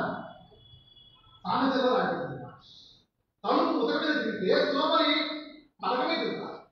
ఇంకా సోమరి మీద చేయబడిందంటే అన్నం జరుగుతాడంట, నోట పెడితే చాలు కదా. వాక్యం చదివే విషయంలో మాట్లాడతా ఇంట్లో ఎదురు వాక్యం ఉంటుంది, సర్టిఫికేట్ మన నోట్లోకి పోతుంది. ఎప్పుడైనా మూసేసి అలా గూట్లో ఉంటుంది. ఆదివారం వచ్చినప్పుడు గుర్తుకుంటే, నేను ఎప్పుడైనా దైవసేవకులతో కలిసి నేను అప్పుడప్పుడు అన్న సహాయంగా వెళ్తా ఉంటాను. తీసుకున్నాను, లేకపోతే రైట్ తీసుకున్నాను, తీసుకోవాలి. అప్పుడు ఇంట్లో వెళ్ళి చూస్తాను. ఆ బైబిల్ తీసుకొని నేను ప్రార్థన చేస్తాను. అన్న బైబిల్ తీసుకుని కూడా చెప్పడు, ఆయన బైబిల్ తీసుకొని వాళ్ళందరూ లోపలికి చాలా ఇవ్వలో చూశాను. అట్లా అసలు బయట తల్లితే కదా, ఇంట్లో కుటుంబ ప్రార్థన ఉంటే కదా. ఒక అక్క అయితే బుద్ధిగా చీర తీసి హిమ్మత పడిందా, ఆయన దగ్గర 2 రోజులు కొడుతుంది కదా. మీ ముక్కు మీద ధూపు పడుతుంది, కొంచెం ధూపు పడతానే, కళ్ళలో ధూపు పడతానే, కదా, ముక్కులో ధూపు పోతే హచ్చి లేకపోతే తెచ్చుకుంటారు. కడుపులో పొరపాటు ఏదైనా పోయిందనుకో, పాయింట్ ఏదైనా నీళ్ళన్నీ వచ్చి కట్టిస్తారు బయట. అవునా కదా? బయట ధూపు పడితే వ్యవసాయం ఇంటికి వచ్చే వరకు మనకు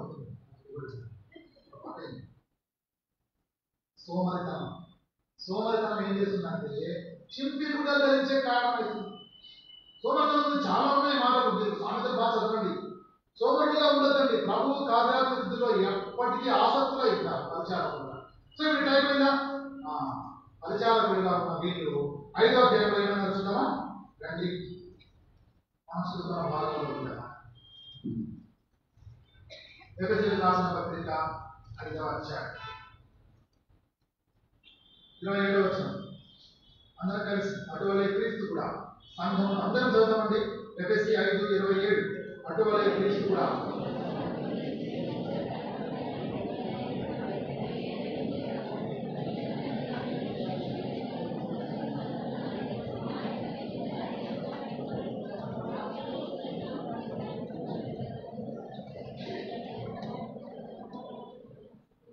ఇక్కడ పరిశుద్ధమైన సంఘం అయిపోయింది. పరిశుద్ధమైన సంఘం అంటే ఏమో కాదు, క్రీస్తు యొక్క భార్యగా చేయబడతా ఉంది.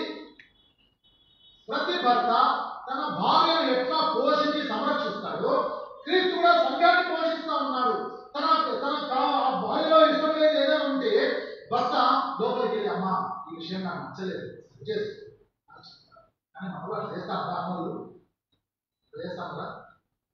తిమోతంకులు ఆయన బ్రతుకున్నప్పుడు అప్పులు ఎప్పుడు చెప్పేవాడు భార్య భర్తలు గొడవలు ఎట్లుంటాయి.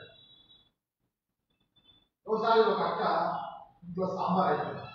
ఇంట్లో ఒక గెస్ట్ పిలుచుకొని వచ్చిన వస్తే లోపలికి వచ్చి ఏమనుకోద్దు నేను చెప్పకుండా పిలుచుకొని వచ్చినాను, ఆయన ఎదురుగా ఏమనుకున్నాను చేసి ఏమవుతుంది ఓర్చుకోనన్నా చెప్తే ఆ భార్య అంట సరే 3 సార్ల కంటే ఎక్కువ నన్ను అసలు దబాయించదు 3 సార్లే అని చెప్పి. ఎన్నిసార్లు వస్తుంది కదా భర్త భార్యని 3 సార్లే అంతలో తెలియటారు. చాలా సార్లు చెప్పాడు. సరే ఆమె భార్యను ఒప్పించినాను అనుకొని ఆ ఫ్రెండ్ని తీసుకొని వచ్చినాను. రారా ఫోన్ చేద్దాం, భార్య బాగా వంట చేస్తుంది, అన్నం పెట్టినాడు, కూర అన్నీ చేసినది అప్పుడు సరే అంటే ఆయన వచ్చిందంట. సరేనండి తప్పకుండా వేస్తామండి అని చెప్పి పప్పు వడ్డించి లోపల తక్కువ ఒకసారి పాత్ర మీద స్పూన్తో కొట్టింది. అంటే ఎన్నిసార్లు వేసినట్లా ఒకసారి. ఈ లోపల రసం వేసాను. చెత్త ఇవ్వడా రసం తీసుకురా. సరేనండి సారీ అండి లేట్ అయింది అని రసం వేసి లోపల పాత్ర మీద ఎన్నిసార్లు కొట్టింది? 2 సార్లు. సరే రసం తిన్నాడు మనోడు. ఫ్రెండ్తో అంటున్నాడు, ఫ్రెండ్ అంటున్నాడంట అది బాగా ఎంత ఒబీడియంట్రా, ఎంత డిసిప్లైన్ గా నువ్వు చెప్పిందంతా లోపలిగా ఉంది, అసలు ఏమనుకుంటే తెస్తాను కదా, చాలా అదృష్టవంతుడు ఏమనుకుంటు మన సంగతి అంటే. ఈలో పెరుగుకి వచ్చినాడు. పెరుగు మేము ఎదుగులేదా నీకు అన్నా. అయ్యో ఎంత పొరపాటు అయిపోయిందండి సారీ అండి అని పెరుగు వడ్డించిందంట. లోపలికి పోయి 3 సార్లు కొట్టింది. కొడతానే ఇది అర్థం కదా లోపల పనిలో కొట్టిందేమో అనుకున్నాడు. సరే ఆయన తిన్నాక చేయగలుగుతున్నాడు.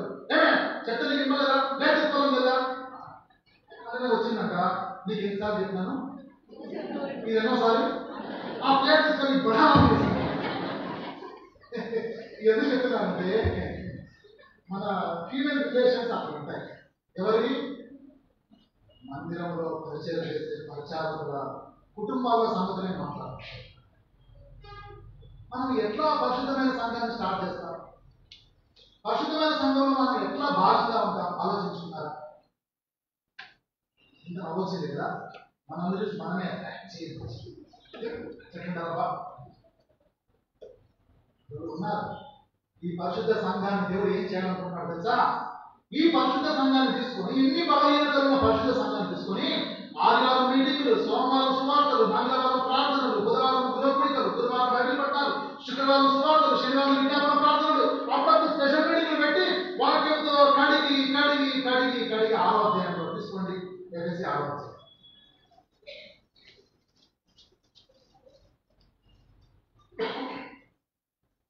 ఎఫెసీయులకు రాసిన పత్రిక 6వ అధ్యాయం 12వ వచనం అందరం చదువుతున్నామా? మనం పోరాడుతున్నది శరీరంతో కాదు, ప్రధానులతో, అధికారులతో, ప్రస్తుత అంధకార సంబంధులతో, లోకనాథులతో, ఆకాశ మండలమున దురాత్మల సమూహములతోనూ పోరాడుతున్నాం. ఇన్ని బలహీనతలు కలిగిన మనను ఆయన వాక్యముతో శుద్ధి చేసి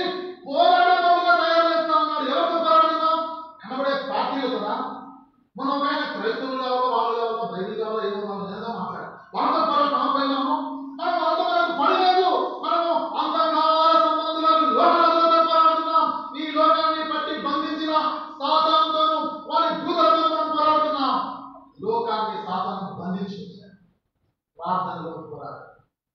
ఎంత పోరాడాలా? ప్రార్థనలో పోరాడాలా. పరిశుద్ధ సంఘం చేయాల్సిన పని కట్లు విప్పే పని. పరిశుద్ధ సంఘం చేయాల్సిన పని, అయ్యో మా సంఘంలో, స్థానిక సంఘంలో పలానా విశ్వాసికి పలానా బలహీనత ఉందయ్యా అనే విషయాన్ని మొదలుపెడుతున్నాం. ఆ బలహీనత నుంచి విడుదల తెచ్చేది. సంఘమా, నాయకుల కొరకు ప్రార్థన చేయాలి. చాలా క్రిటికల్ అండ్ క్రూషియల్ మూమెంట్ నేను వచ్చినప్పుడు సంఘము నాయకుల కొరకు ప్రార్థన చేయాలి. ఎందుకు నేను చెప్తున్నానంటే, యేసు ప్రభువు వచ్చినారు, పర్వానికి వెళ్ళిపోయినారు, రాజు నచ్చలేదు, ఆ నీరో చక్రవర్తి నచ్చలేదు, మొత్తం కష్టాలు వచ్చేసినాయి. ఎవరు పెట్టాలని చంపేస్తా ఉన్నారు. రోమ్ సామ్రాజ్యానికి క్రైస్తవులు ఆటంకం అనుకుని క్రైస్తవులను దూర దేశాలు పెడతారు. కొలొసియంను గట్టించి క్రైస్తవులు కత్తులిచ్చి ఒకరినొకరు చంపుకునే వరకు పోరాడాలి. వాళ్ళని వదిలేసేసి సింహాలను వదిలి చంపించినారు. వాళ్ళను బాగా బట్టలు చుట్టేసి మైనంలో అద్ది తోటలో పెట్టుకుని వెలిగించుకుని వాళ్ళు క్రైస్తవులు నిలువుగా దహించబడతా ఉంటే వీళ్ళు పార్టీలు చేసుకున్నారు. అటువంటి క్రూరమైన పరిస్థితుల్లో సంఘం ఉంది. సంఘానికి సంబంధించిన నాయకుడిని తీసుకుపోయి జైల్లో పెట్టేసి పేతురును చెరసాలలో బంధించిన. పేతురు చెరసాలలో పెడితే ఆ సంఘం ఏం చేయాలి? ఏం చేయాలి? దిక్కులుగా పారిపోవాలా? నాయకులు లేని గుర్రెలు చెడిపోవాలా? పేతురు పోయినాడు కదా, మాకేం సంబంధం, మాకు సంబంధం లేదు, వెళ్ళిపోవాలా? కానీ సంఘం ఆ పని చేయలేదే. ఏం చేసింది? ఎంత అద్భుతమైన పని! నాయకులు బంధకాల్లో ఉన్నారు. ఎటువంటి బంధకాల్లో ఉన్నారంటే, మేము బంధకాల్లో ఉన్నాము అనేది తెలియకుండా చెరసాలలో బాగా నిద్రపోతాం. మీరు అపొస్తలుల కార్యాలు చదవండి. పేతురు చైన్ వేశారంట, ఆ చైన్ల చుట్టూ సైనికులు ఉన్నారంట, ఆ చైన్లలో ఆయన నిద్రపోతారు. ఏం చేస్తాను నాయకుడు? ఏం చేస్తాను? వ్యవస్థల నాయకుడు ఏం చేస్తామన్నారా? పేదల నాయకుడు ఏం చేస్తామన్నాడు? సహవాసంలో సంఘముగా మనము పోరాడాలా. కేవలము ఆ సంఘ లోకంలో ఉన్న ఆ అవిశ్వాసుల కొరకు మాత్రమే కాదు, సంఘంలో ఉన్న బలహీనమైన విశ్వాసుల కొరకు మాత్రమే కాదు, నాయకుల కొరకు ప్రార్థన చేసే సంఘం తయారు కావాలా. మీ సంఘంలో, స్థానిక సంఘంలో మీ నాయకులను ప్రార్థన ద్వారా మీరే బయట తీసుకున్నావా? 7 మందిని పట్టుకొని వచ్చినారు. అవును, పేతురు యోహాను చెప్పినారు, అయ్యా మాకు టైం లేదు, మేము చాలా బిజీగా ఉన్నాం, వాక్య పరిచయంలో మేమేం చేయలేము, మేము పంచిపెట్టుకుని మాకు చేతగాలంటే వాళ్ళు ఏక మనసుతో పరిశుద్ధాత్మతో నిండుకున్న 7 ప్రార్థనా పూర్వకంగా పట్టుకొని వచ్చినారు. సంఘమా, ప్రార్థన చేస్తున్నావా? ఎంతమంది వస్తున్నారు ప్రార్థనకు? పరిశుద్ధ సంఘము ఎవరంటే ప్రార్థనలో పోరాడే వాళ్ళే. ఆధారం వచ్చిన వాళ్ళు కాదు, వాక్యం చెప్పే వాళ్ళు కాదు, వాయిద్యాలు మంచి వాళ్ళు కాదు, ప్రార్థనలో పోరాడే వాళ్ళే సంఘం. అటువంటి సంఘంలో ఉండాలని పరిశుద్ధాత్మ దేవుడు ఈ వర్తమానాన్ని నిర్ణయిస్తున్నారు. ప్రార్థన చేసుకుందాం.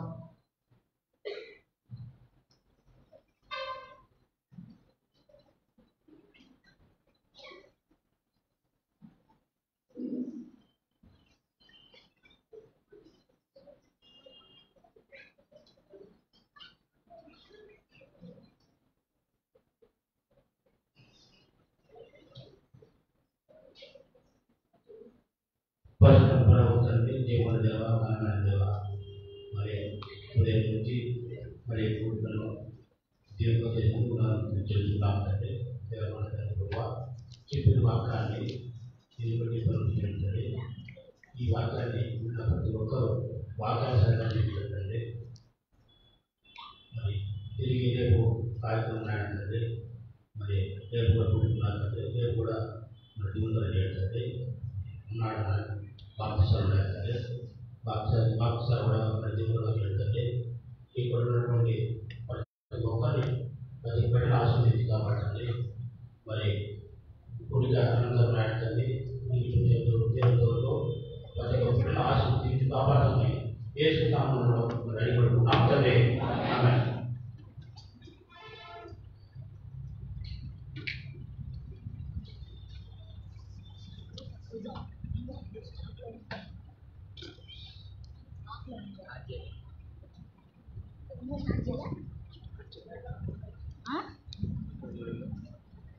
ఈ గుడి బయట వెంటనే